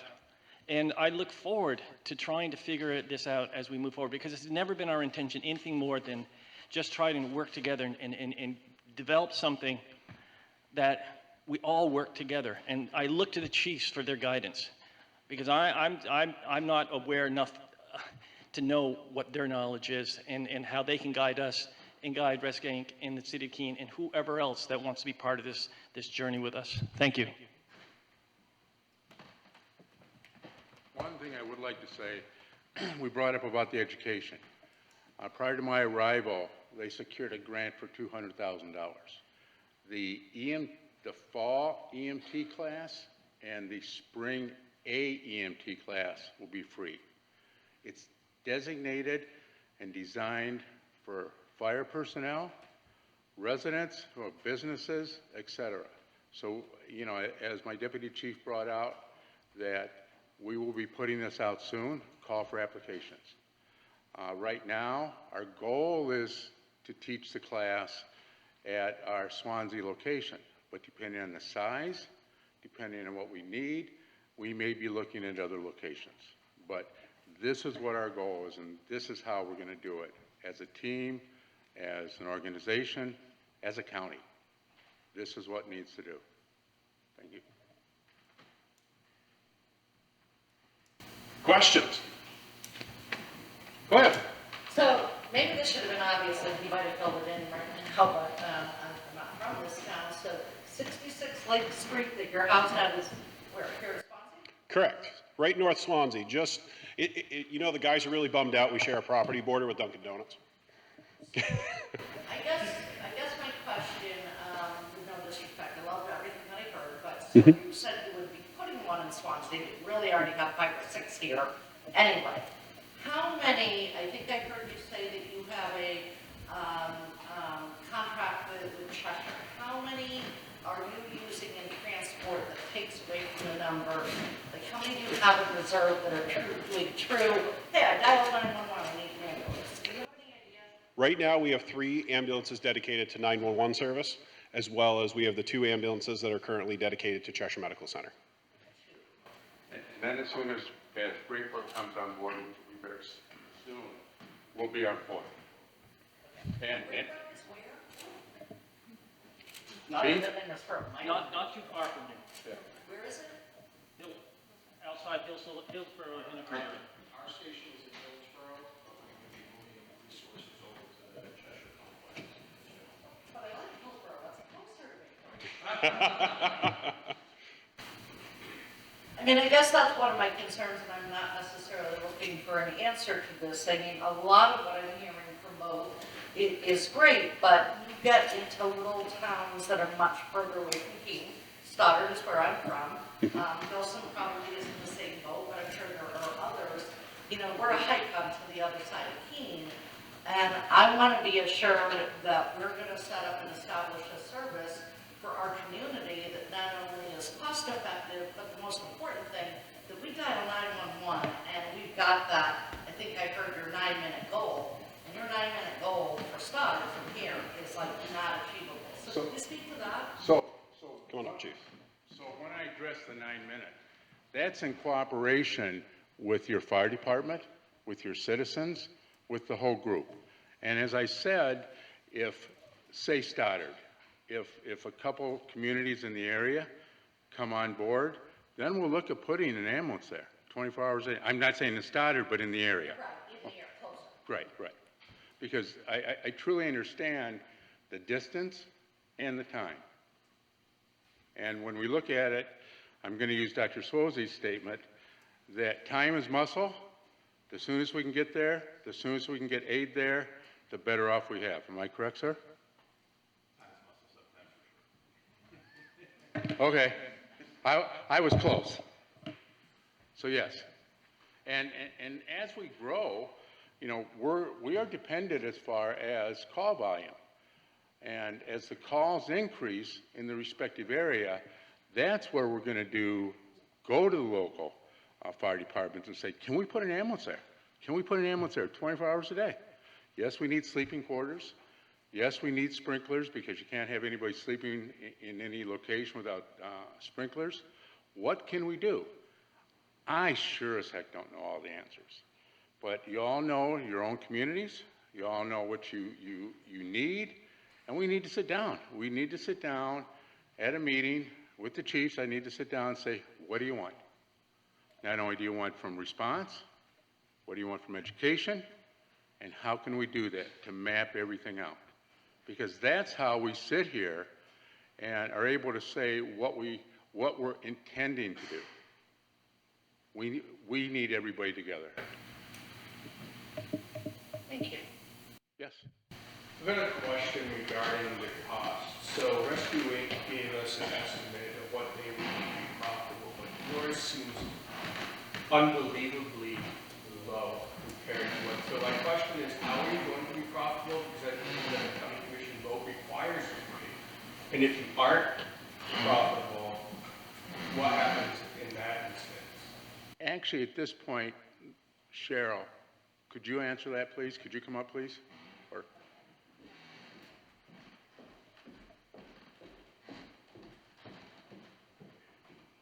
Good evening, everyone. I'm Cheryl Trombley, Finance Director for Cheshire County. And for the last several years, we have been working on the model of bringing an EMS to Cheshire County. It started with, as Commissioner or County Administrator Coates said, with the goal of working with Deluzio.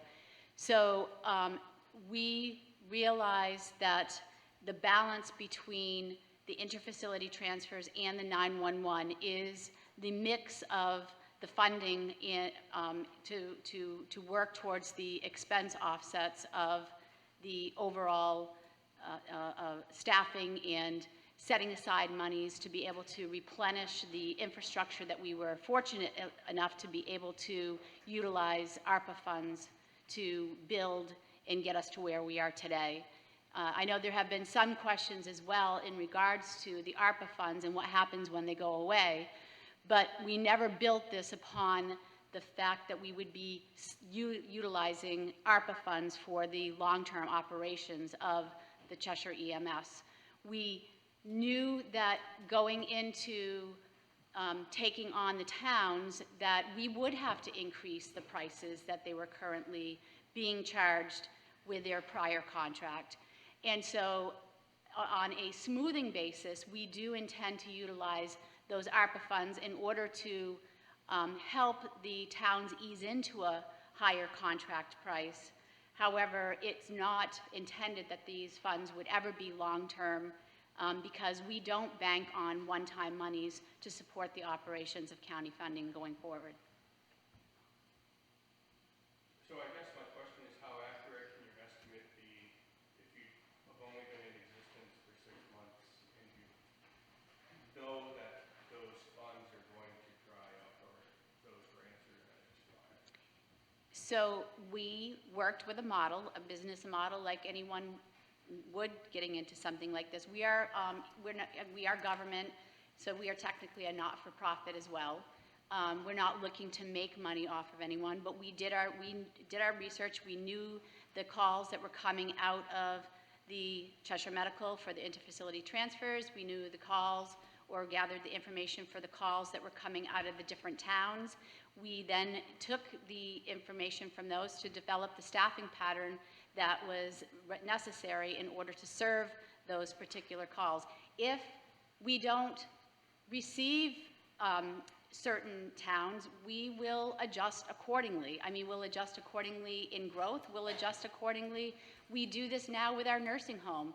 We have a nursing home that has enough beds to house 150 residents.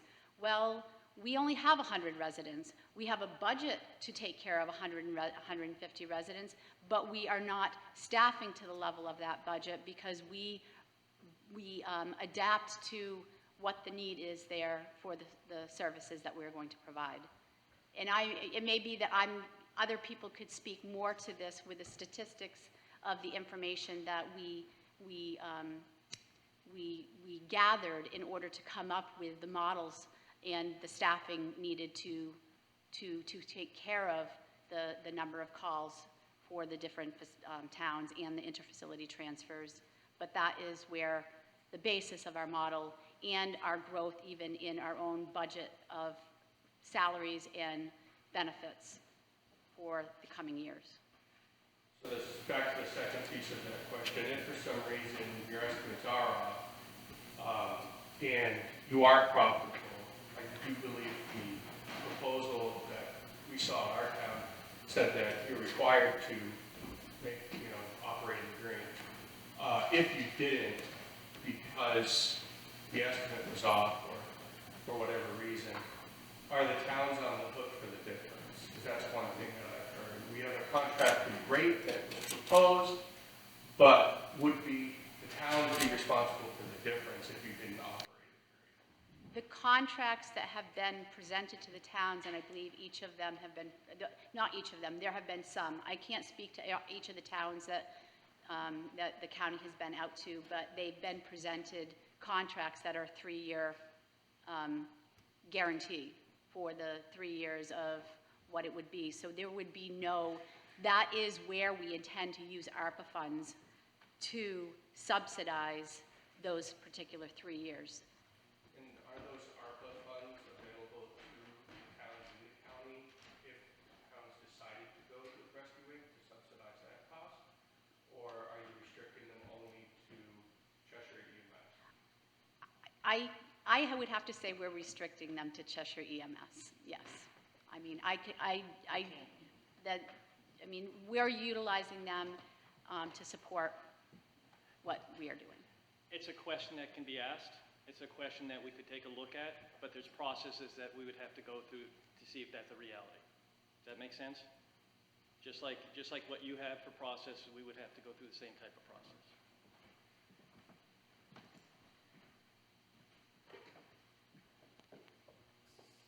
Am I supposed to? Okay.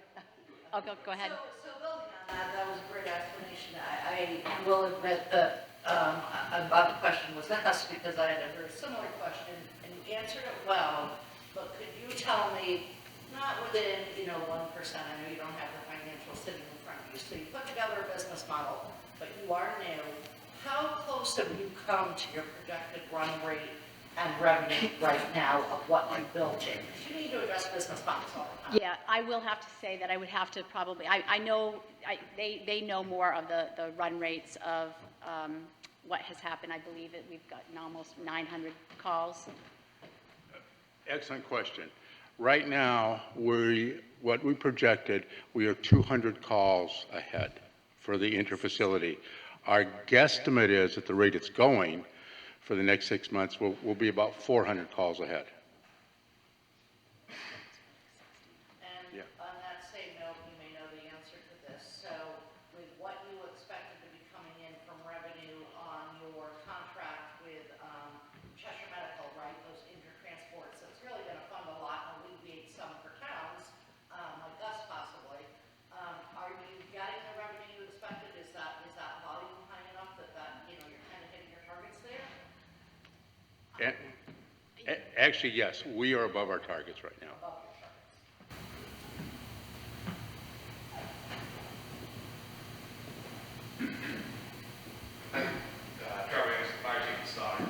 So I have a question on, so outside of your three-year model, right, where contracts have been offered, what can we expect for a cost that has that three-year model? And realistically, are we looking at an equal price to rescue for other services that have been offered once the ARPA funding runs out? I would have to say, based on the contracts that I know that we have presented to the different towns, I feel what we have presented is a lower price based on a population basis. But I don't want to, I feel like what we have presented, at least for the three-year contracts that have gone out, that it is a lower rate. But, I mean, Rescue Inc. has a great product as well, so. Well, you answer your question. You said after 3 years, right? Correct. So what we would do is we would do what we're already doing with one other town is we'd look at a rolling another 3 years, and we would take a look at negotiating what that would look like with, maybe there's a cap, Protections put into place. Yeah, Yeah. so that we can only go here with the CPI. Yeah, we have one particular town that for the fourth year, they have put forward what they would like to see for protections, and I feel like where we're at is we're looking more to work with the towns of what they want. We may find that some towns don't even want a three-year contract with us, so we don't want to suggest that it's a one-size-fits-all, but we are certainly willing to put in terms for what a continued contract could look like. Because reality is we've seen the supply chain issues. We've seen the gas prices skyrocket. We know that those issues are real. So how do we balance that all in? It's not abnormal for us to take a look at building some type of safeguards in place for both sides, not just us, but both sides, if there is going to be an increase on some level.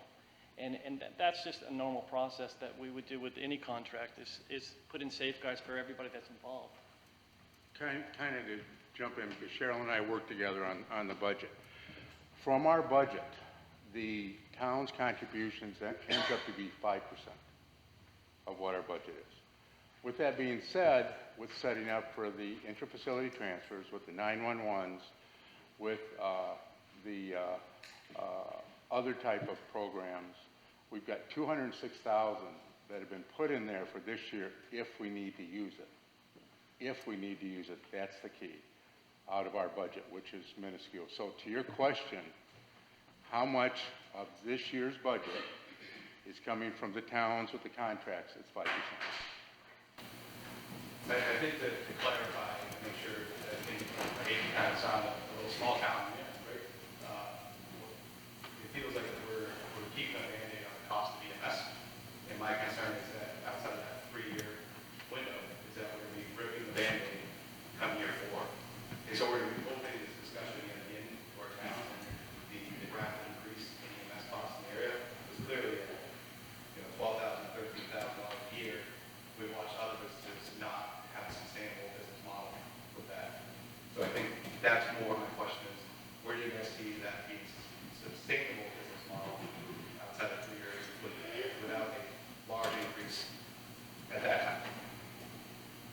And I just want to tack on to the end of it, because I don't think the question is answered. If you aren't operating at a profit because these numbers that you quoted are less than or necessary to be profitable, who's on the hook for the difference since you're required to be profitable? That was another question that I just realized if you could answer it. And that is where we would be negotiating contract prices, is that we would have to evaluate, we would put in protections, but it would allow for the ability, if there was a necessity, to negotiate contract pricing in year 4. Throughout the year, and she brought up the nursing home. Throughout the year, and she talked about the nursing home. We have the same effort there that, you have a population that's supposed to be at 150. The budget's for 150, but due to staffing, we're at 100 census. So we have to go in and say, where's the revenues, where's the expenses, how do they equal out? It's no different here. We are watching the baseline so that when we get to the year end, we are where we need to be. That's what we do every single day. It's one of the reasons why this year, if you see from the county, you'll see that there's a 0% increase in taxes to be raised to your communities. I can't say that what Concord will do with the document once they get it, because if you've had evaluations or something, that could happen. But it's our job to evaluate that throughout the year, not at the end of the year, but throughout the year, and come up with solutions, if need be, if we're not seeing it where we need to be. It's a regular business model. And so at the end of the year, we don't believe we're going to be where that's it, because we watch this throughout the year for every department. And I think really where it is we're in just such unprecedented times now. I mean, for us to sit there and say what's going to happen in 4 years, we feel that the model that we've put in line, but under today's economy, is satisfactory to get through to where we want to be in 3 years.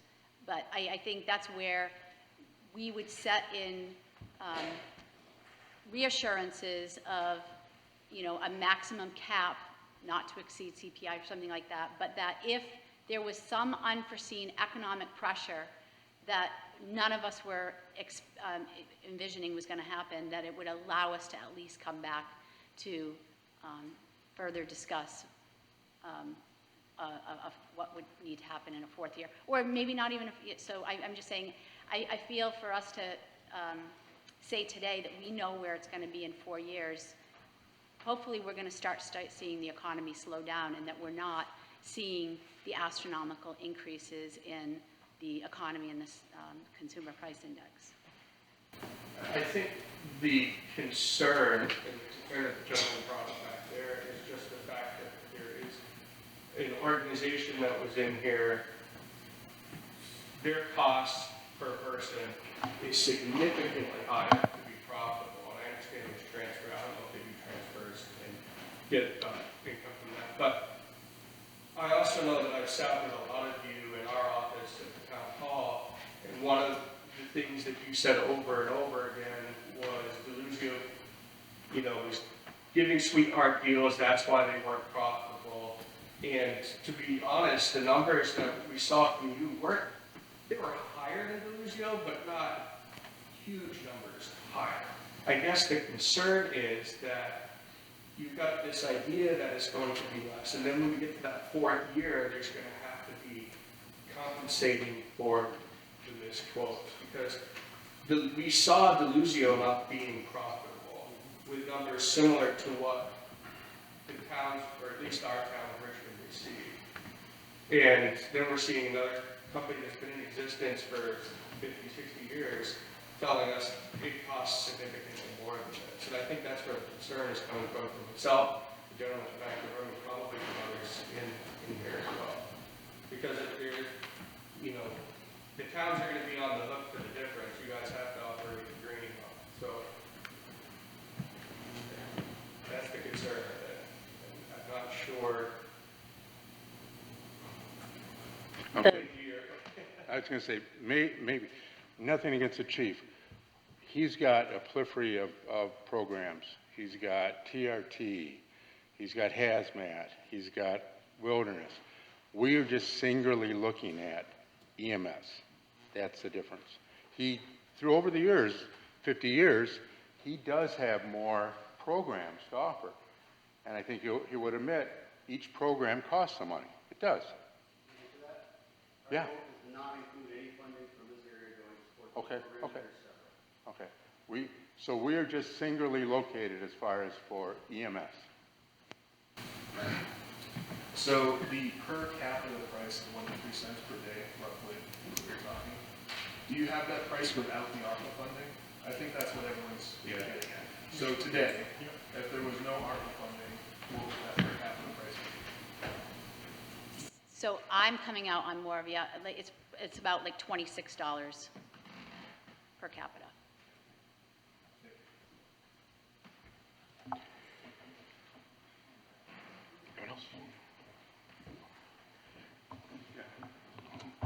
Don Farquhar, oh, it's very loud, sorry. I'm loud anyway, sorry. It's a little better. Don Farquhar, City King Fire Chief. Just to add some context to the per capita discussion, for a comparator, currently the City of Keene's contracts are, for this fiscal year, are about $32 per person, right?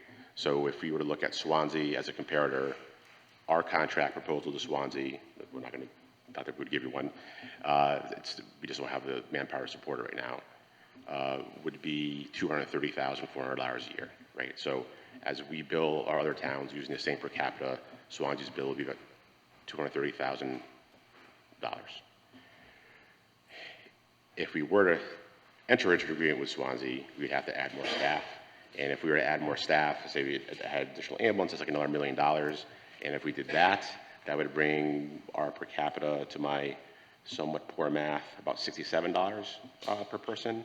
And that would bring that contract proposal to $475. So I think that kind of bounds the question at hand, right? Where our contract to Swansea would be $230,000. If we added staff, it'd be $500,000, really.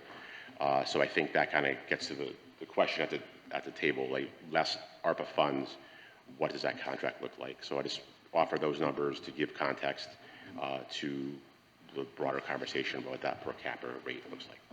If that's helpful.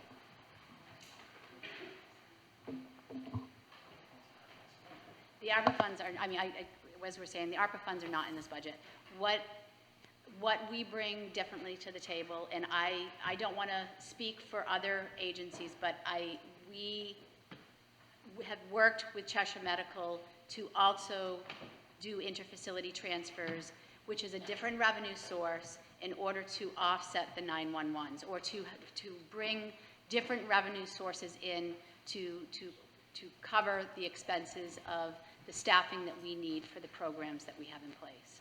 And that is the model that we have put forward.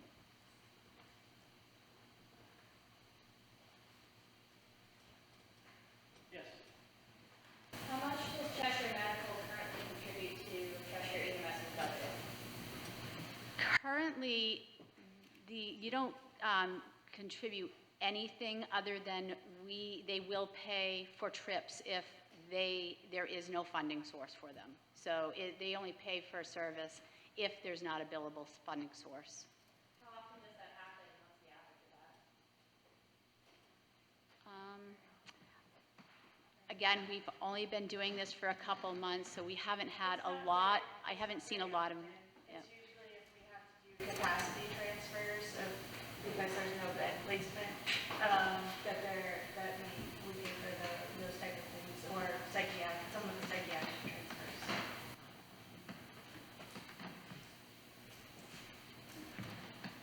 Right.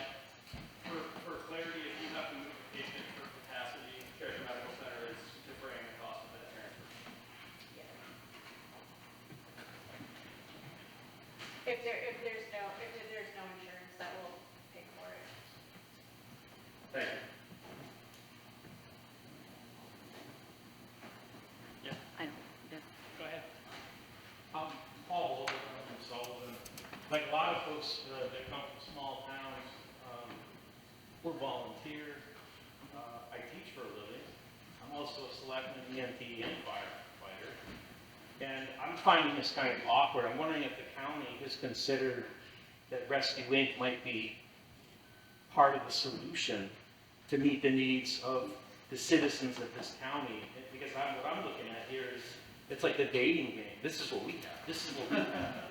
And I'm trying to cut through all this stuff, because the reason I'm sitting here is for the citizens of my town. And I hear you talking about this, and you have a person over here who's got 50 years doing this with rural communities, and I'm not sure why we're looking at it as competitors. So I'm wondering. I don't disagree with that. That's one of the reasons why we said that we're having these conversations, to see how we can move forward, and see how we all can work together to make this happen. It is about care first and foremost. We've said that from day one. 3 years ago, I think I was up in Sullivan, and I said, this is what we were thinking about doing, this is what we're looking at doing, and it's about consistency and highest level of care. If we can come to some level where we can all work together to make that happen, that is why that's why Great Brook is here. Because if we can build a network in Cheshire County, that should be the first conversation we're having. So I don't disagree. I like the forum because I want to have this conversation, but it shouldn't be one's better than the other. It should be what can we do to make this community as safe when somebody's in a health crisis. But are you having those discussions within this 90-day window? Yeah. Yes. Yep. We started the conversations a week ago, and we're having another conversation this week. Chris? Yes. Sorry. I don't know if this works. What I think I'm hearing is differences in how the models are arrived at in terms of how Cheshire County versus how Rescue came to their capital price. I think that's what I'm hearing. So I guess I'm going to second what you just said. Perhaps if Cheshire County and Rescue would be willing to discuss together how they came about their capital income information, that might help us as towns to understand the different price differentials as to what might be town needs. Does that make sense to anyone else? That's what I think I'm hearing. So you said that, Cheshire County said that you arrived at your numbers by looking at the last so many years, you see a call, somebody calls per town. I didn't quite understand exactly how Rescue was able to provide their information to the individual towns, or something as a whole. I don't know. But at any rate, I think it's hearing differences in models, and it would be interesting to me if there were conversations between the two entities to either confirm or deny that, and bring information back to the town. Speaking for myself, I'm a select board member in a tiny town, but we want to definitely, on the one hand, have the best process and the best program for our town, and obviously want to be cost efficient. So I think I'm hearing we're all kind of struggling with this, and we want to get the best information we can, make the best decision for all of us. Okay. Anything else? Yours.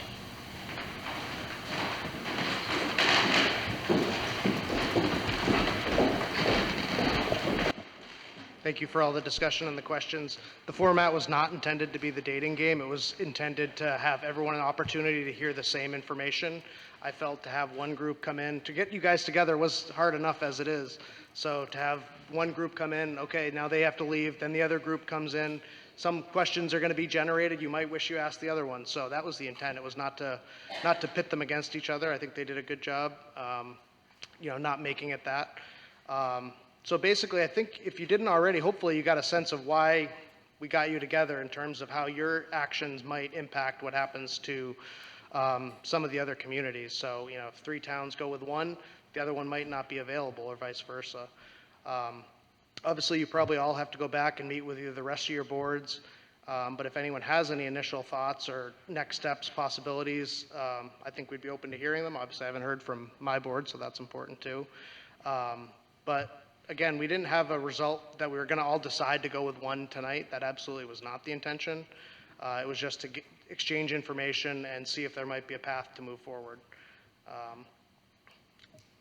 Yes, ma'am. So I don't have a suggestion of next steps, but I did want to thank the board here in Swanzey for getting us together, because I think it was an important conversation.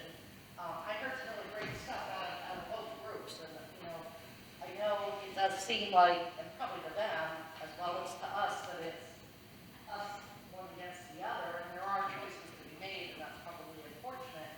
But I do appreciate what they both brought to the table and gave to us. So, I agree with you. I think we got to step back, go back to our towns, discuss it. Hope that perhaps they talk a little bit more and come up with maybe an option that we kind of thought about. And then maybe we reach back out, I don't know, our town administrator is not here for Stoddard, but, you know, maybe we work with our town admins to get back to you to say, hey, what if we had one more sit down making this up? Maybe it doesn't include them, right? What are we all thinking? I don't know. Just a thought. That sounds great to me. I don't know about anyone else, but yes, Chief. So for anybody that wants, I do have handouts, and just to clarify, we don't, and you know, our numbers are not subsidized by ARPA funding. So the big difference that you're seeing is federal funding. But the math here, so anybody that wants one, we have a 50,000 individuals in that number, so hopefully at least every town that wants one can have one. Thank you again. Thank you. And I do think we have some water in the back room if anyone wants to grab one on the way out. I know it got warm up here. Our AC seems to be a little on the fritz, but yes, sir. Because I know that Rescue Wing mentioned that the majority, or if not all of the towns, you have to make a decision to go with Rescue Wing in order for them to even be able to offer service to the community. Is there any way that other towns would be notified if the decision was made by another town, just so we can be aware if an option's taken off the table? Is that correct, Drew? So we would need a volume of calls from people. Again, our math is very simple. It's the cost of delivery of service minus the call volume revenue, and then we divide that out. So yes, so at some point, so if there's one town of 50 people that has 3 calls a year, that cost is going to be still astronomical. We won't be able to. It's not even reasonable. And that's what I mean by having enough call volume and population to support an EMS system. That's the reason why it's probably not practical for each one of your towns to have their own ambulance. Because every single ambulance that you put on the road, as Chief Barkor said, is about $1 million a year. So if we needed to increase, you know, if we wanted to put an ambulance in 5 different towns, well, then it's going to cost us $5 million a year, and we're going to have to divide that cost amongst the population. So the more ambulances you put out and crews, the higher that cost is, and the offsetting revenue is not there. So that's why the model we put together was 2 staffed ambulances supported by Team Fire, and we believe, and it's been working with the regional, it's been working with us in the last 18 days, that is sufficient to cover the call volume here, and it's also the most cost-effective as far as cost of delivery versus revenue that's being generated from it. If I could just extend those comments a little bit, I'm sorry. Just a comment. You know, I think this could be an opportunity as well. People, you know, several years ago we met at Mutual Aid to talk about. Understand that? Sure. Sorry.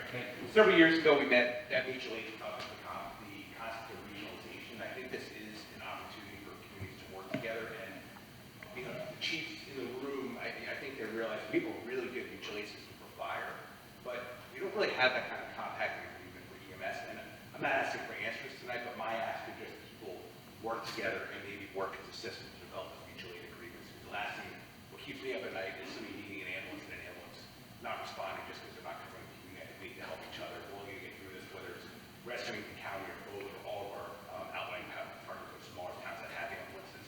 I think we all need to find a way to do this together, and that's a bigger discussion, but I'd like to look into that.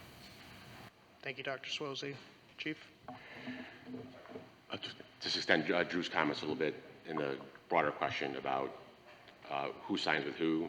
From the City of Keane's perspective, you know, we've taken a half step back. We've had several towns approach us to see if we would be entering agreement with them to provide primary ambulance service and also paramedic intercept service. So we recognize that our role in the community is to be supportive and not parasitic. So we really kind of want to see where everything goes and see how the City of Keene best fits in. So I thought that'd just be important to put that out there. And I know a few people, again, have asked us to do primary contracts with them, and we're going to sit back on that and just wait to see how the other decisions are made. Yes, ma'am. I'd like to respectfully request to engage in a second meeting. Respectfully request that Rescuing and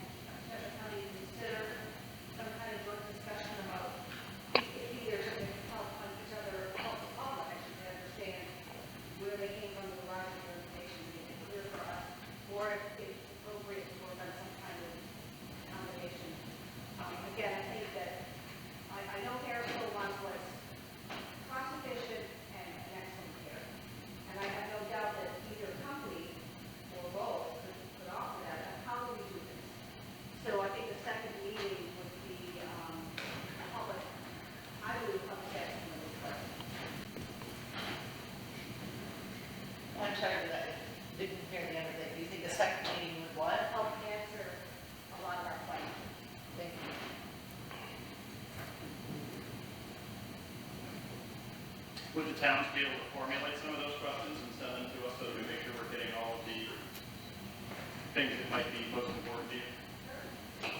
So can I assume that the document that you have to hand out is your proposal? That's how I bring back my rest of my semester. Yeah, it's summary of the information that's on the slide. Is there a document you want to send out to the town that has any more information, such as the slide? If that's a PowerPoint? We'll certainly send that. Yeah, we can share the slides as well if people want to email me or my admin assistant. That would be really helpful for the select board to review as well as sometimes the fire company. Yeah, and as I think everyone's aware too, we were recording, probably didn't get a lot of the questions, but the video and certainly the presentation should be available. So that recording will be on our website. It was part of our board meeting, so you might have to skip through the beginning, but it's on our website on the agendas and minutes page, so. This has been being recorded. So the slideshow and the recording can be pulled off of your website. The slideshows, I would ask you to email me and I can email them to you. I don't think we'll put those on, but.